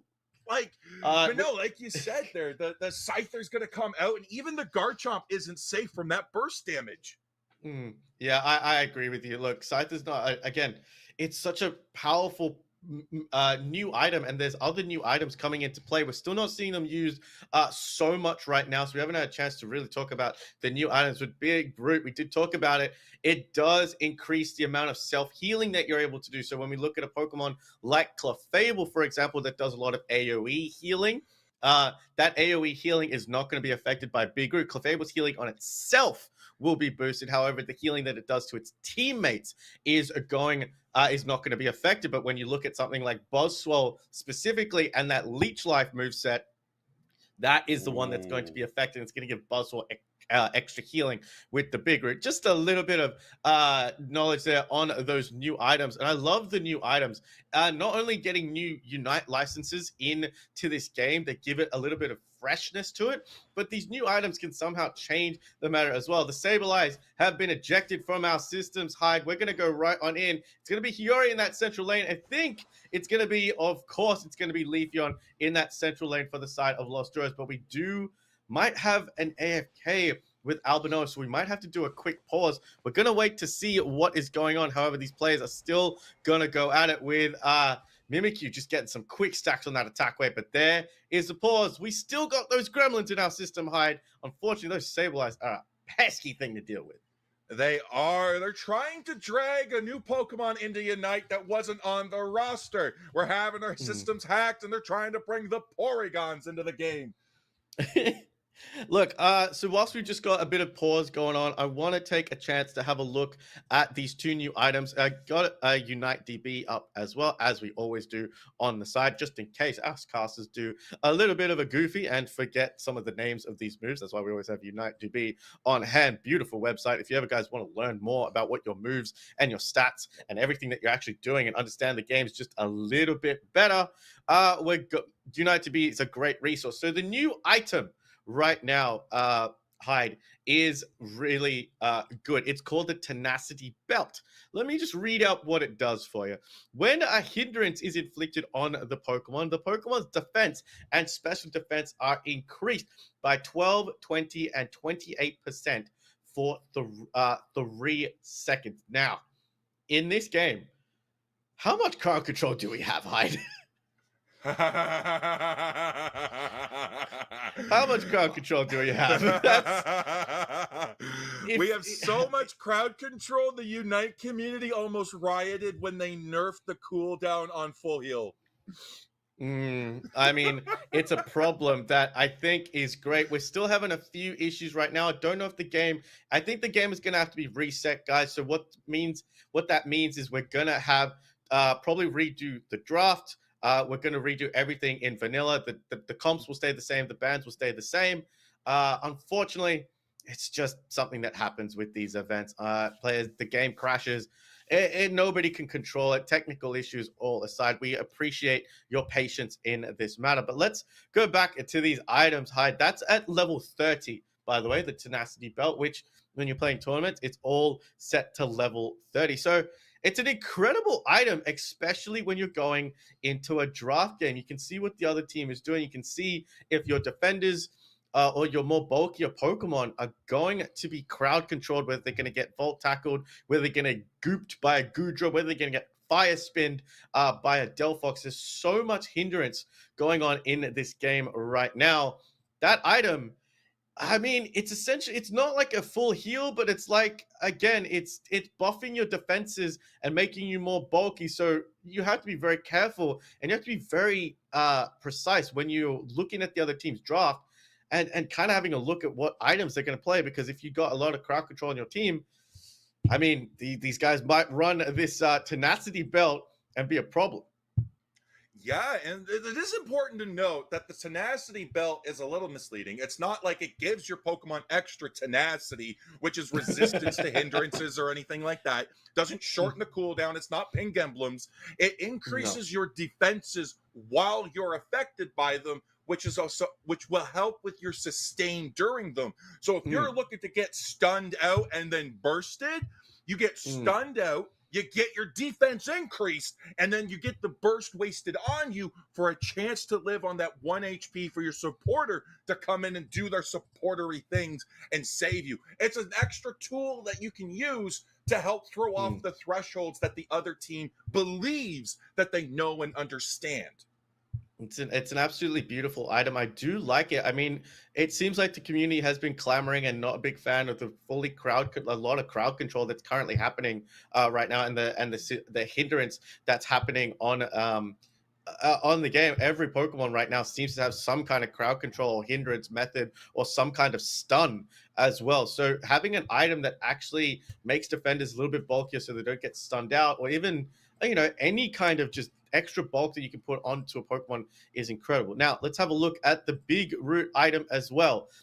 This is at level 30, so it gives you a standard HP buff, 450 HP at level 30, improves HP recovery by 10, 15, and 20% from self-healing. Self-healing is the key there. Self-healing sources that are unaffected: wild Pokemon, KO healing, Pokemon's innate HP recovery, the HP stat provided by leftovers and Resonant Guard, and Slowbro's Oblivious. So there's a lot of details coming through with this big root item. And again, the amount of questions and stuff that you can use on Unite DB is so good. I mean, I absolutely love it.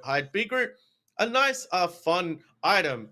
as well, especially if you're doing a lot of self-heal. I know Trevenant, especially defender, is a big problem. And then even Umbreon with Wish, when it heals itself and heals another Pokemon, it's getting more HP on that Wish. But unfortunately, the amount of health that it's dishing out stays the same.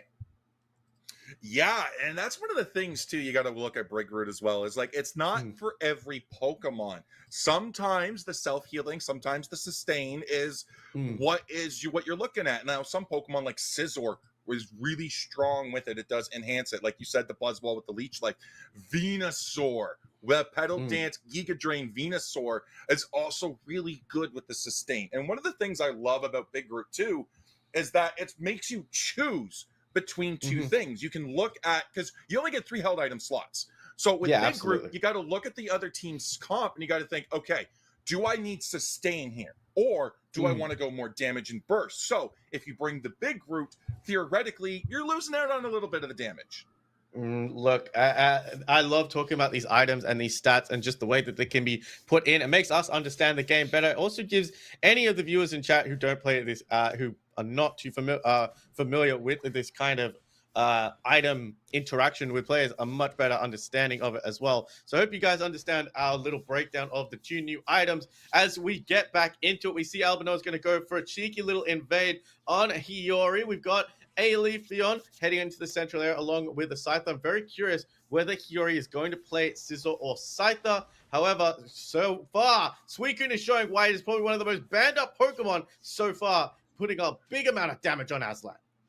Yeah, but Albernoa is doing a great job. Listen, they might have had a little bit of some issues connected earlier, but they're here and they're for the invade. They're wasting time. Psyduck had to come down. Leafeon comes down to help for the pivot. Now it's a 3v3 into the top lane here as Suicune keeps putting down the pressure with that little Eevee in the bottom lane.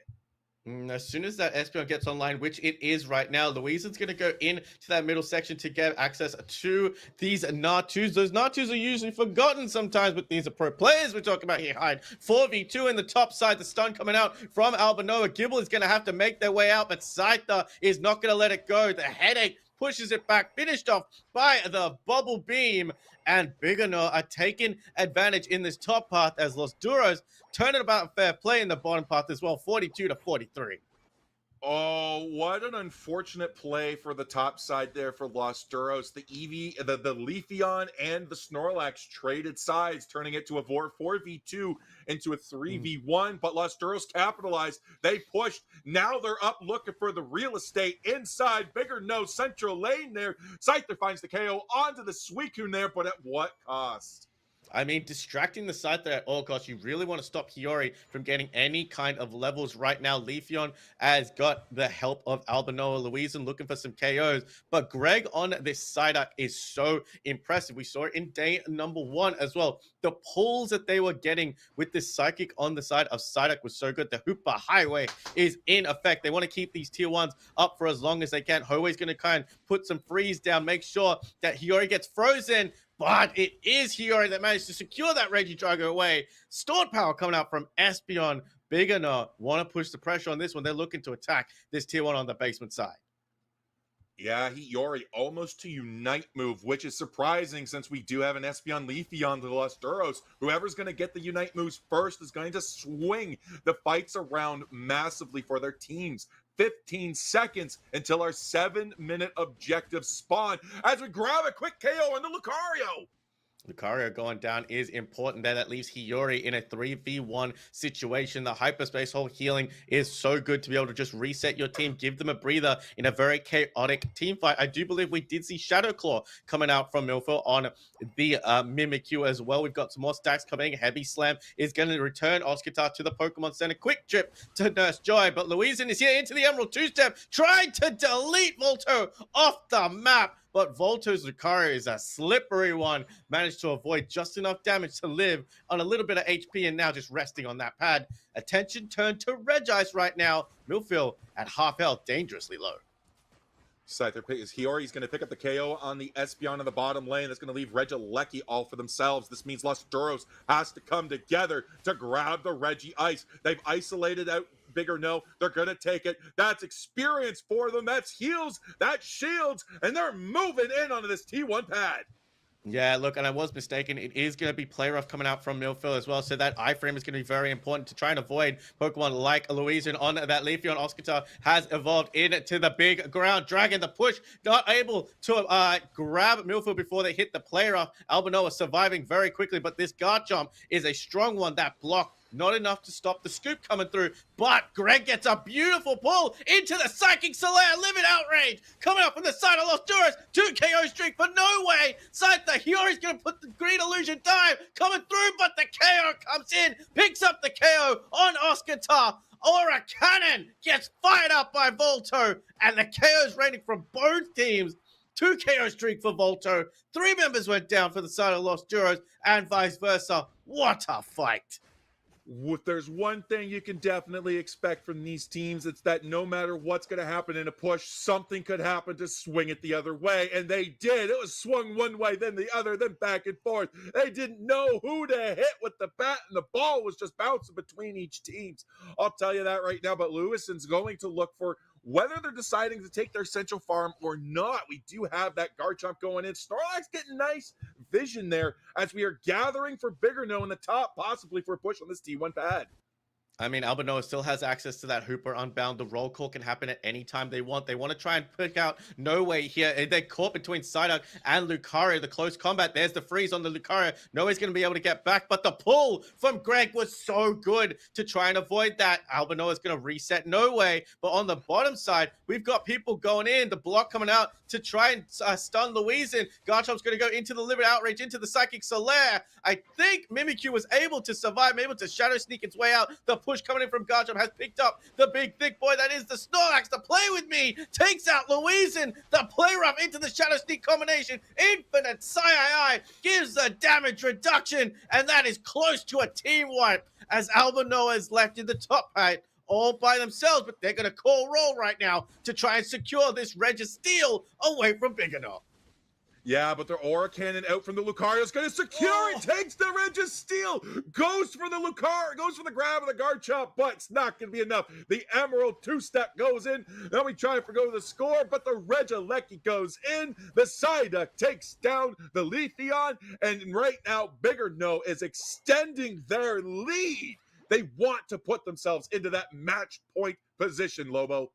Oh man, to put the pressure on a team like Los Duras is tough, but Bigano have very, very good players and able to do it. Don't count their inexperience in the UFC out. These are experienced players here, Hyde, trying to do what they do best. A 259-point lead. My math is mathing today. Absolutely love it. Oscar is going to try and do a duel with Mimikyu here, but they're supported by Danny. That play rough did half of Garchomp's damage, and if Garchomp is not able to get their hands on you, it's a big problem because they can't use that self-heal. There's the play rough onto Danny, gets taken out. Unfortunately, Evolutions can't survive very quickly when you're up against a play rough Mimikyu, and Bigano want to put the pressure here. They've taken this to a 205 lead right now, Hyde. Yeah, they're going at it. They're still keeping the pressure on. They're taking the Altaria there. They're denying more farm, more experience to the side of Los Duros, and more importantly, Unite charge rates. But we're at 30 seconds before the Groudon here. Everybody but the Hoopa for Los Duros has their Unite move. So whatever fight's going to come in, this could be it. Takes down the Suicune. No Way just had to accept fate there with the block, and then the pull coming out from Greg just got caught and just had to accept their fate. But resetting that KO timer is always a decent idea, especially for your attack. I mean, I think Suicune has the all-rounder kind of moniker with that purple background. I mean, some of these Pokemon just have the wrong background, I'll be honest with you, Hyde. But all tier 1s up for the side of Bigano. Only that top side is fully open for the side of Los Duros. Their bottom side been completely eviscerated. All in the top side. They're looking, but the Shadow Sneak has found Oscar, but that's going to be a dangerous place to try and jump to. No Way doing a good job putting that Whirlpool right on top of the Garchomp, but this fight could pop off at any minute, and they found it, Hyde. There's Hiyori jumping onto the Espeon there. The Psychic Solaire comes out. We take down the Leafeon there for the Scythers looking for the Espeon. They're finding with the Green Illusion died. They take it down. Now they're moving on to the Suicune. They's gone. 3 down for the Scyther. They were just waiting in the bush while the rest of Bigger No collapses and takes down Los Duros. 1, 2, 3, 4, 5. Gone. Groudon. Gone. Bigger No is now moving to the T1 pad. That was a 4 KO streak coming out from the side of Hiyori. Decided to take down Danny first, then went after Louisen with the Emerald, with the green illusion dive. The only person left alive was Albanoa. When Louisen wasn't able to use its Emerald 2-step, but we got 50 seconds, 300 points between these two teams. They're going to try and build up their pockets, but Millfield's not going to let them get any points. They have to be very careful, do Bigano here, because if they manage to give one buff back to the side of Los Duras, it could be a problem, but the Emerald 2-step's going to come out. Who is going to secure any kind of KOs? Los Duras is dangerously low. Oscar's the first one to drop, and Louisen's going to go score some points, but I think too little, too late. That lead is extended, and there's just not enough change on the field for Los Duras to do anything, but Biganor are not even going to let them away from their own home pad. Holy! Hiyori, take a bow. What a ground-up fight. Oh my gosh, yes. I think Hiyori just highlighted every attacker's nightmare and every speedster's dream of a team that doesn't fully bush check. I mean, you gotta check those bushes if you're gonna retreat. If you're gonna give up position in the Groudon pit, you gotta check those bushes. We had the Leafeon and the Espeon fall back. That was the correct play. But they didn't play far enough away from those Pokemon that are supposed to check those bushes. Hiyori, powerful Scyther, got on top of it. The Leafeon didn't even have time to Emerald 2-step there. The Psychic Solaire barely got out in time, and it was just a survival at that point. They were not ready for it, and I think that's where Los Duros just got completely bamboozled and confused on that play. We saw towards after that 6-minute mark, you'd see it on the graph. Biganor did pull heavier into the lead. Unfortunately, when it comes to Pokemon Unite, sometimes the scoreline doesn't actually give you the entire story of the game. If you have a look at the damage overall, Danny with the 47, Oscar with the 54. The damage was fairly okay across the board, fairly even between the two teams. Biganor obviously doing just a little bit more damage. However, Hiyori with that 74, such a powerful Pokemon is Scyther. I think a very underutilized speedster in a lot of respects. However, there was a lot going on for the side of Biganor's comp. Mimikyu be using those iframes to perfection. We saw just with one player up, they were able to take off half of Oscar's health. But then the combination play coming out from the side of Greg with that side up pull, we saw they got a lot of KOs here in this highlight hide. But then Volto said, hold my Aura Cannon, and managed to pick up 2 KOs, which meant Los Duras weren't able to get back into this. And then right here, this is where it all went wrong. The Green Illusion dive coming in through. 3 KO streak coming out from the side of Volto.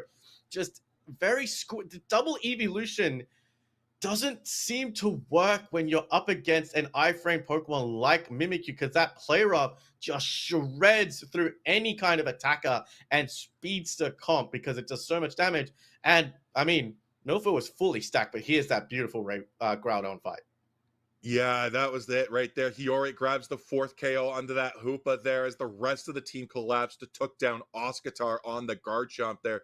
That was what they needed. Garchomp could go 1v4, so it was a crucial KO that they got at the time, but oh my gosh, again, like all game, they've been just check the bushes. It's something that's so easy to forget, something that you can just be like, you know what? We have most of them KO'd, but if it's not all of them, if you don't have checks on all of them, you're just going to get got. I mean, and what does Professor Oak say? Professor Oak say, hey, you can't go into the wild grass. There's wild Pokemon in there. Gotta listen to Professor Oak. It's from Gen 1, everybody. Gotta listen to the Pokemon Professor. Always check those bushes. But again, even if you check those bushes, you got someone like Hiyori who's out for absolute domination with that 4 KO streak at the Rayquaza. Oh my God, I'm still in Rayquaza mindset in the Groudon pit. But now, Biganor are at match point here, Hyde. So Los Duras have to bring it back to 2-2, and then we go to a full game. All 5 games are gonna be played. However, if they take this is game number 4. which means we've had 15 Pokemon banned off from each side. That's 30 total, plus the 6 from the bans. We seem to have a target ban game going on with Raichu and Inteleon not being allowed to play. At what point are they going to have to give up those target bans and let those attackers out? If there is a threat on the field, Danny is very good on that Alolan Raichu. Milphil is very good on that Inteleon. We could see, if those two attackers are let out, we could see an attacker battle for the ages between those two. Again, these players can go head to head. I absolutely love the head to head. Hiyori versus Louisin, Oscar versus Volto. We've got as well Noe versus Greg. It's such a fun combination, and the two attackers. Milphil can play a lot of Pokemon as well. Danny is that attacker player, but that is the attacker battle I would love to see going down. So, Fearless Draft, game number 4, match point for Biggino, and it's all to do here for Los Duros. Again, this is the finals of the kind of mid-season group stages from day 1. Biggino still going to be on your purple side. Los Duros on your orange side. Let's get to it, Hyde. This is exciting. No Blissey for either team. Yeah, no Snorlax either. If we take a look at both teams here, there's no Snorlax for either team here. We don't have an Eldegoss for either team as well. These are very crucial Pokemon here. Umbreon, though, is still up for the side of Los Duros. This could be a very powerful tank or very powerful healer that they could still have access to. And I think that's what these games, these last 2 games, possibly 2 games, this one here for sure, the last game definitely comes down to what supporters, what tanks are still left on the board for you. Maybe whatever kind of XP shareholders you might be able to utilize in the utility department for Pikachu, Alolan Ninetales, Darkrai, maybe something you got to do a little unorthodox there. But Greg says Hoopa played for you last time, didn't work out, but let's show you how it's done. Albano is also going to go turnabout as fair play, as they're going to pick up a Psyduck as well. No Way is listening to your Hyde because they're hovering over that Umbreon. They've gone for their core defensive supporter pick right now. No traditional healer. Most of them been banned off. Eldegoss was used, I believe. I don't know if Alchemy was used, but Clefable was used as well. Big Milphil, let's see what they can pick up and haul. That is a very good attacker to be hovering over that Latias, the Lati Blue, but Milphil wants to show them how to play Leafeon, as Aslan's going to pick up Crustle as well. That's a nice trio coming out from the side of Biggino.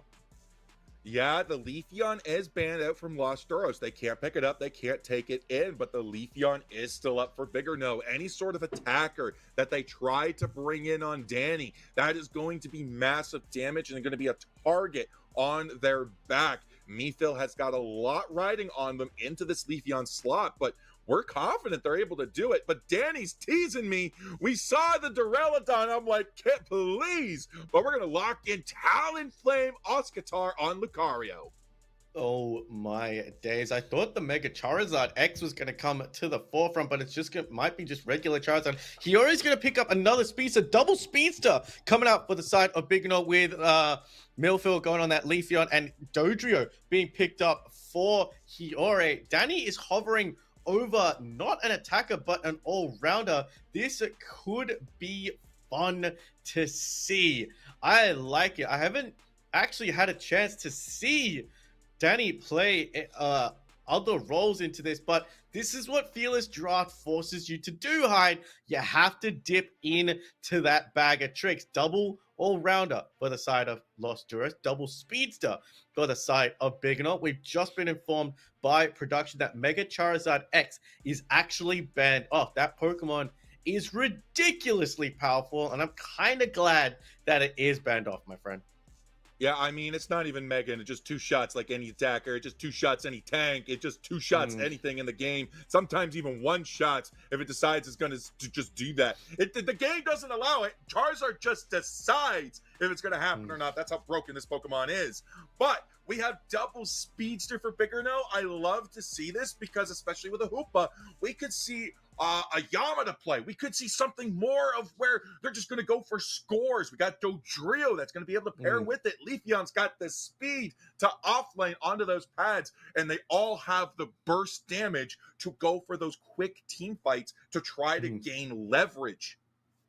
I agree with you, but let's see what Talonflame's going to decide to play as well. We have two movesets with Talonflame. We've got the Fly, which is the more strategic option. Again, once you take to the skies and you slam down with that Fly, the cooldown on Fly is reduced based on the number of targets that you hit. You also have the Brave Bird option, which is usually paired with the Phantom Force Hooper. However, it is a nuclear option from Talonflame to go with that Brave Bird, but with the amount of squishies on the side of Biganor, the nuclear option could be exactly what they want to do. Pormont sticks to you like sticky glue as well. Danny's going to take that into the basement lane. Talonflame going to go in the central lane, as Dodrio is also going to go in the central lane. Both of those central laners, they come out pretty well at level 5, but I think Dodrio has the advantage over Fletchinder coming out of the central lane.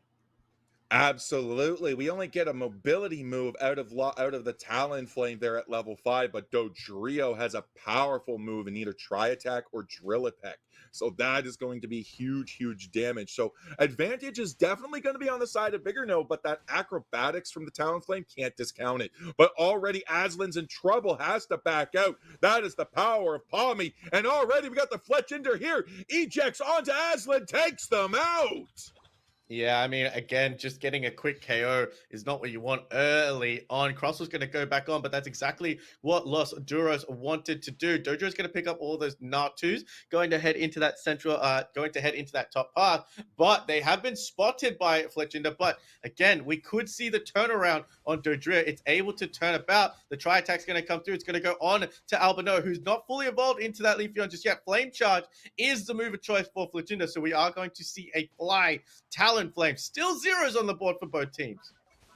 Still zeros indeed, but Psyduck is looking to help to keep that the same way. But no, Mifil's going to get the first score of the game. Massive 30. How many scores do you see as the first score of the game? And it's a max cap. I mean, yeah, of course, when you're early game, if you're not getting those stacks as soon as the first goes through, but there we go. This is exactly what Biganor want to do. There goes the KO on the Dodrio. Hiyori got a little too confident. So did Greg. And Los Duros want to make them pay. They may have 72 unanswered points on the board, but they just got their back turnaround on the central laner and the defender. But now Los Duros playing calmly. They're paying patiently, which is exactly what they got to do because Reggie Drago has spawned and 40 seconds until the other Reggies join suit. Yeah, but that Leafeon has the Emerald 2-step already. This is already going to be a strong engage, but it depends on who we use it on. Talonflame does have the Fly ready. They're going for that secure. They're looking for it. They need the vision, but it's already gone. The Drago goes to the Leafeon. Just when you think it's just not going to be enough there, when you think it's just too much, it's got the Emerald 2-step and the extra score speed.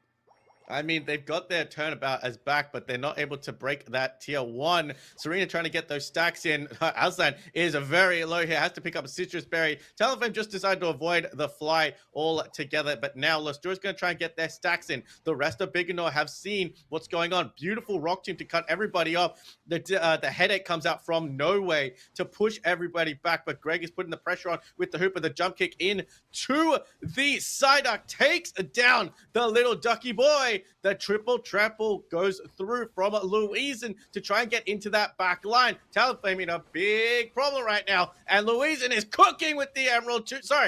Hiyori cooking with the Emerald 2-step coming through, and Biganor have got the advantage right now.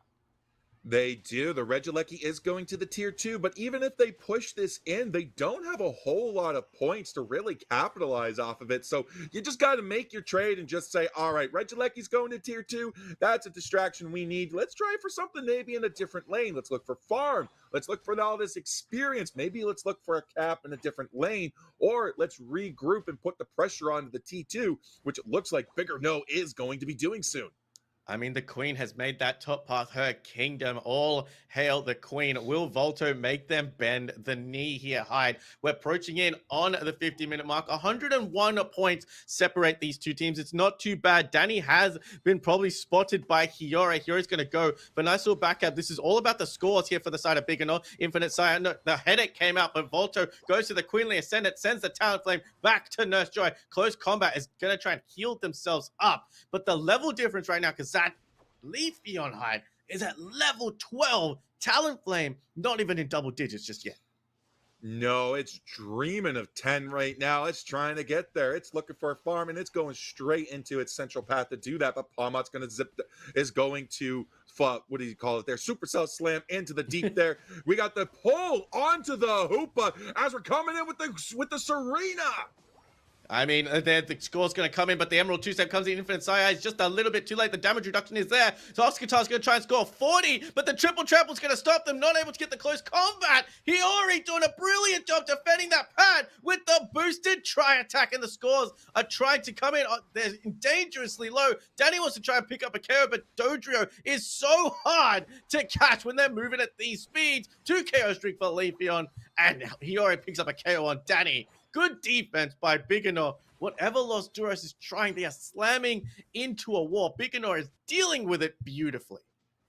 Yeah, can we get a check on that, Dodrio? Can we make sure that it's not actually running extreme speed? Because bro is running wild with the way that it's running off on those speeds there. But we're already going for the Regieleki. Talonflame does have the fly ready, but they're going for it right now. It's not going to be enough. They look for the KO. They miss it. That's a 12-second cooldown for the Talonflame as we had the Leafeon pick up the Regieleki.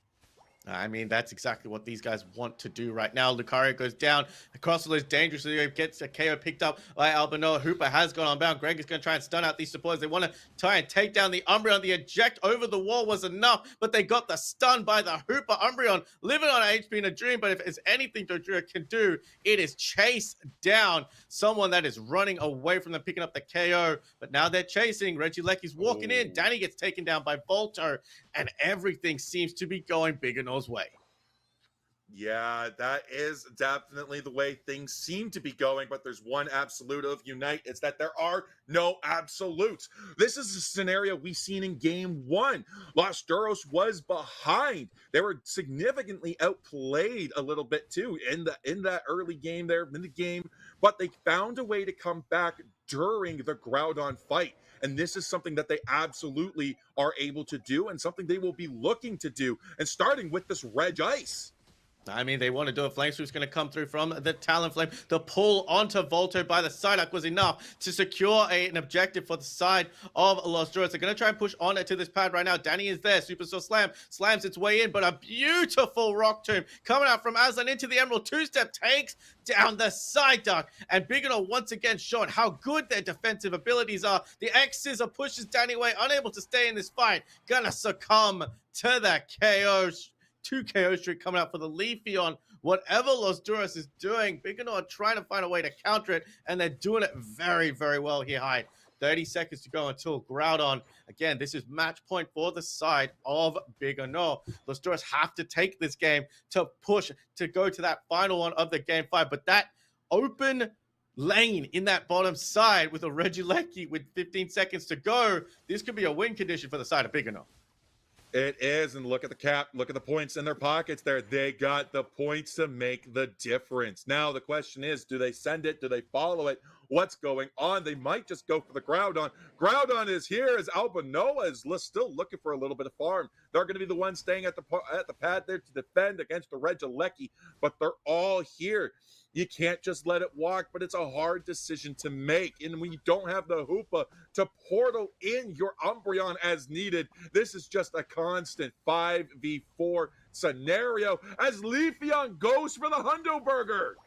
I mean, Leafeon gets the Hundo Burger in. Hooper's going to bring them back. Greg's going to go through. Triple trample comes through. Who's going to secure that? I think that was the side of Oscartar that managed to secure it on the Groudon. Umbreon is still there trying to defend the Regieleki. Danny gets a Hundo Burger at 80 in. 454 for the side. Emerald two-step comes through, takes down Oscartar, takes its shield away. There's a buff on the side of Leafeon. 200 points between these two teams. They're still trying to deal with this Regieleki Hyde. 1 minute to go. How many of these members still have points? Only Umbreon and Psyduck, but Danny still has that buff as well. 1 minute to go. 200.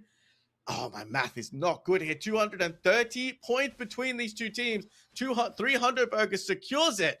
But if Biggino can defend, this could be over. This all relies on this match point for Biggino Hyde. Here we go, 40 seconds, and they're making a push to this basement lane. We do have 3 Groudon buffs on the side of Lusturos, so the points are in their favor. They have enough. They got the buff. They have the tools. They can even just get this Palma on to score with a Hundo Burger, and then all they got to do is find an opportunity to go. The Leafeon is going into the home pad there, but the Lucario's there to stop it. We already got the 2 in, 383 to 454. 1 Hundo Burger. Umbreon just has to score. Umbreon just has to get it done. They're trying, but the Serena's not allowing it to happen. 9, 8, they're going in. No points are left. Umbreon is down. Lusturos is gone. And there's the Leafeon with the Hundo Burger. Biggerno takes this 3-1. What a beautiful game. An absolutely fantastic push coming out from the side of Los Duros. I thought they might have it there. A very smart play by Leafeon to go and try and put pressure onto that pad. They had to leave Oscar back to they had to leave Umbreon back to defend, I believe, defending up against it, or it was Lucario that was defending up against it, and Umbreon was trying to score 100 in just chaos reigning over this entire map. But there is the final score. Biggino are gonna take down Los Duros 3-1, and Hiyori with a strong 12 KOs, 5 assists. Volto went a little bit underrated in that game, just taking control of that top side, but all credit to Los Duros. They tried their best. Unfortunately, just Talonflame probably a little bit ineffective in this game, especially with that damage, just unable to really get hold of Leafeon or Hiyori on that Dodrio. So it was a little bit of a mismatch when it came to the comp, unfortunately, but still put up a great performance. Talonflame's still a great speedster, but usually, again, in these situations, Hiyori just so masterful on that Dodrio, my friend. Yeah, I think that was the main source of frustration for Lusturos, was nailing that Dodrio down.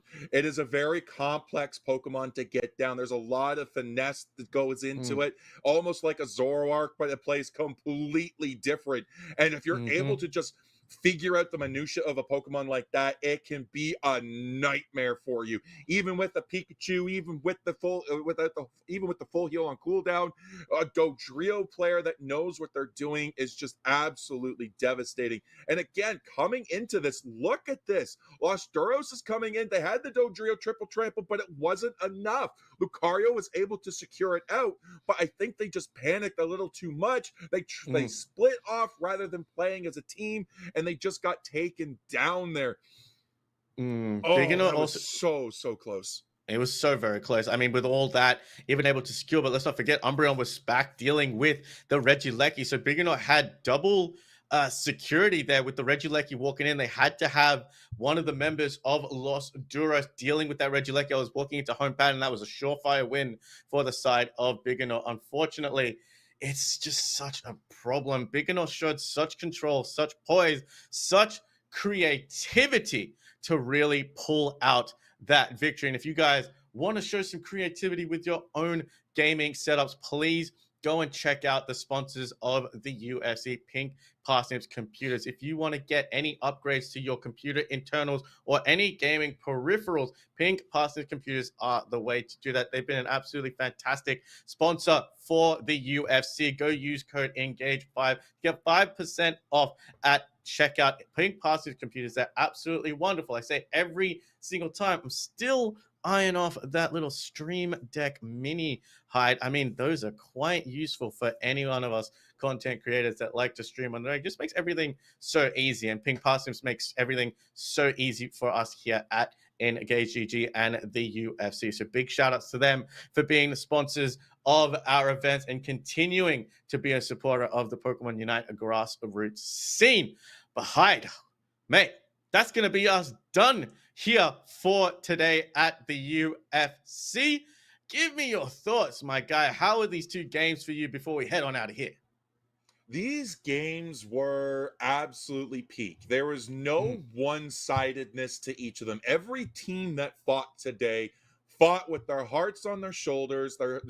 And they just did everything so well. There was not a moment where I wasn't thinking this team has it locked in. There wasn't a moment where I was like, this team is absolutely going to win. Every moment, these teams were keeping me on my toes. So I'm like, oh my gosh, they got it. But now, how does the other team respond? Do they get it? Are they coming through? Oh, no way, they just happened. No! Like, it's just constant back and forth. And my brain, my heart it's just beating so fast. I mean, these games are so great. Obviously, we use Fearless Draft here at the UFC. That's not going to be the main format, of course. The deeper you get into these best of fives and even the best of threes, you have to dive deep into your Pokemon move pool. So again, it's such an interesting format. But before we head on out here, we have to give our shout outs, and our shout outs have to go to the incredible players on all of the teams that we witnessed today. We've got our participating teams as well that were here for our mini group stages. So we've got Los Duros, Los Catacoras, Thank You Next, MTZ Esports, Arigato, Biganor, Electro Drifters, and Mia Familia. All of these incredible teams that made up our two group stages, and it was Biganor and Los Duros that came out as the two teams with the most wins. So again, they got to play it out in the finals here today. So thank you to all of those teams. Thank you to all of the players on those teams. It is absolutely incredible watching you guys grow and evolve as players and really push what this EU region is all about.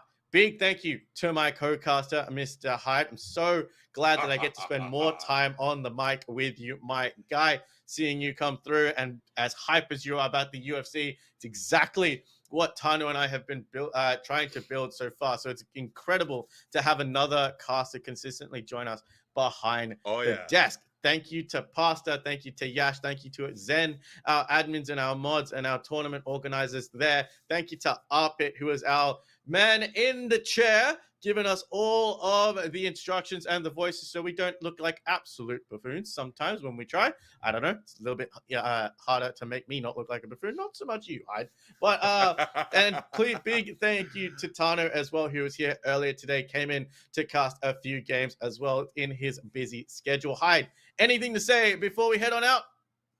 Not much there. Just a huge congratulations to Thank You Next and Bigger No for getting the spots in the league. And thank you to our viewers, because without you guys, we wouldn't have any of this going on as well. Like, we could put on a show, we could put on this whole production, we got teams duke it out, but it's all not for naught if you guys aren't here watching and supporting. So huge thank you for the support, for the watching, for the viewing, for the entertainment. And I'm glad you guys are enjoying what we do here at Engage. It is great to be here. It's been a blast to cast for you. And I'm so excited for the next Fight Club.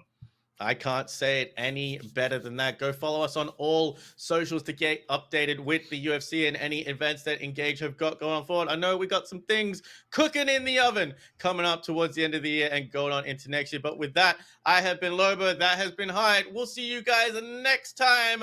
Have an absolutely fantastic evening, morning, good night, wherever you are. We'll see you later. Bye-bye. Bye.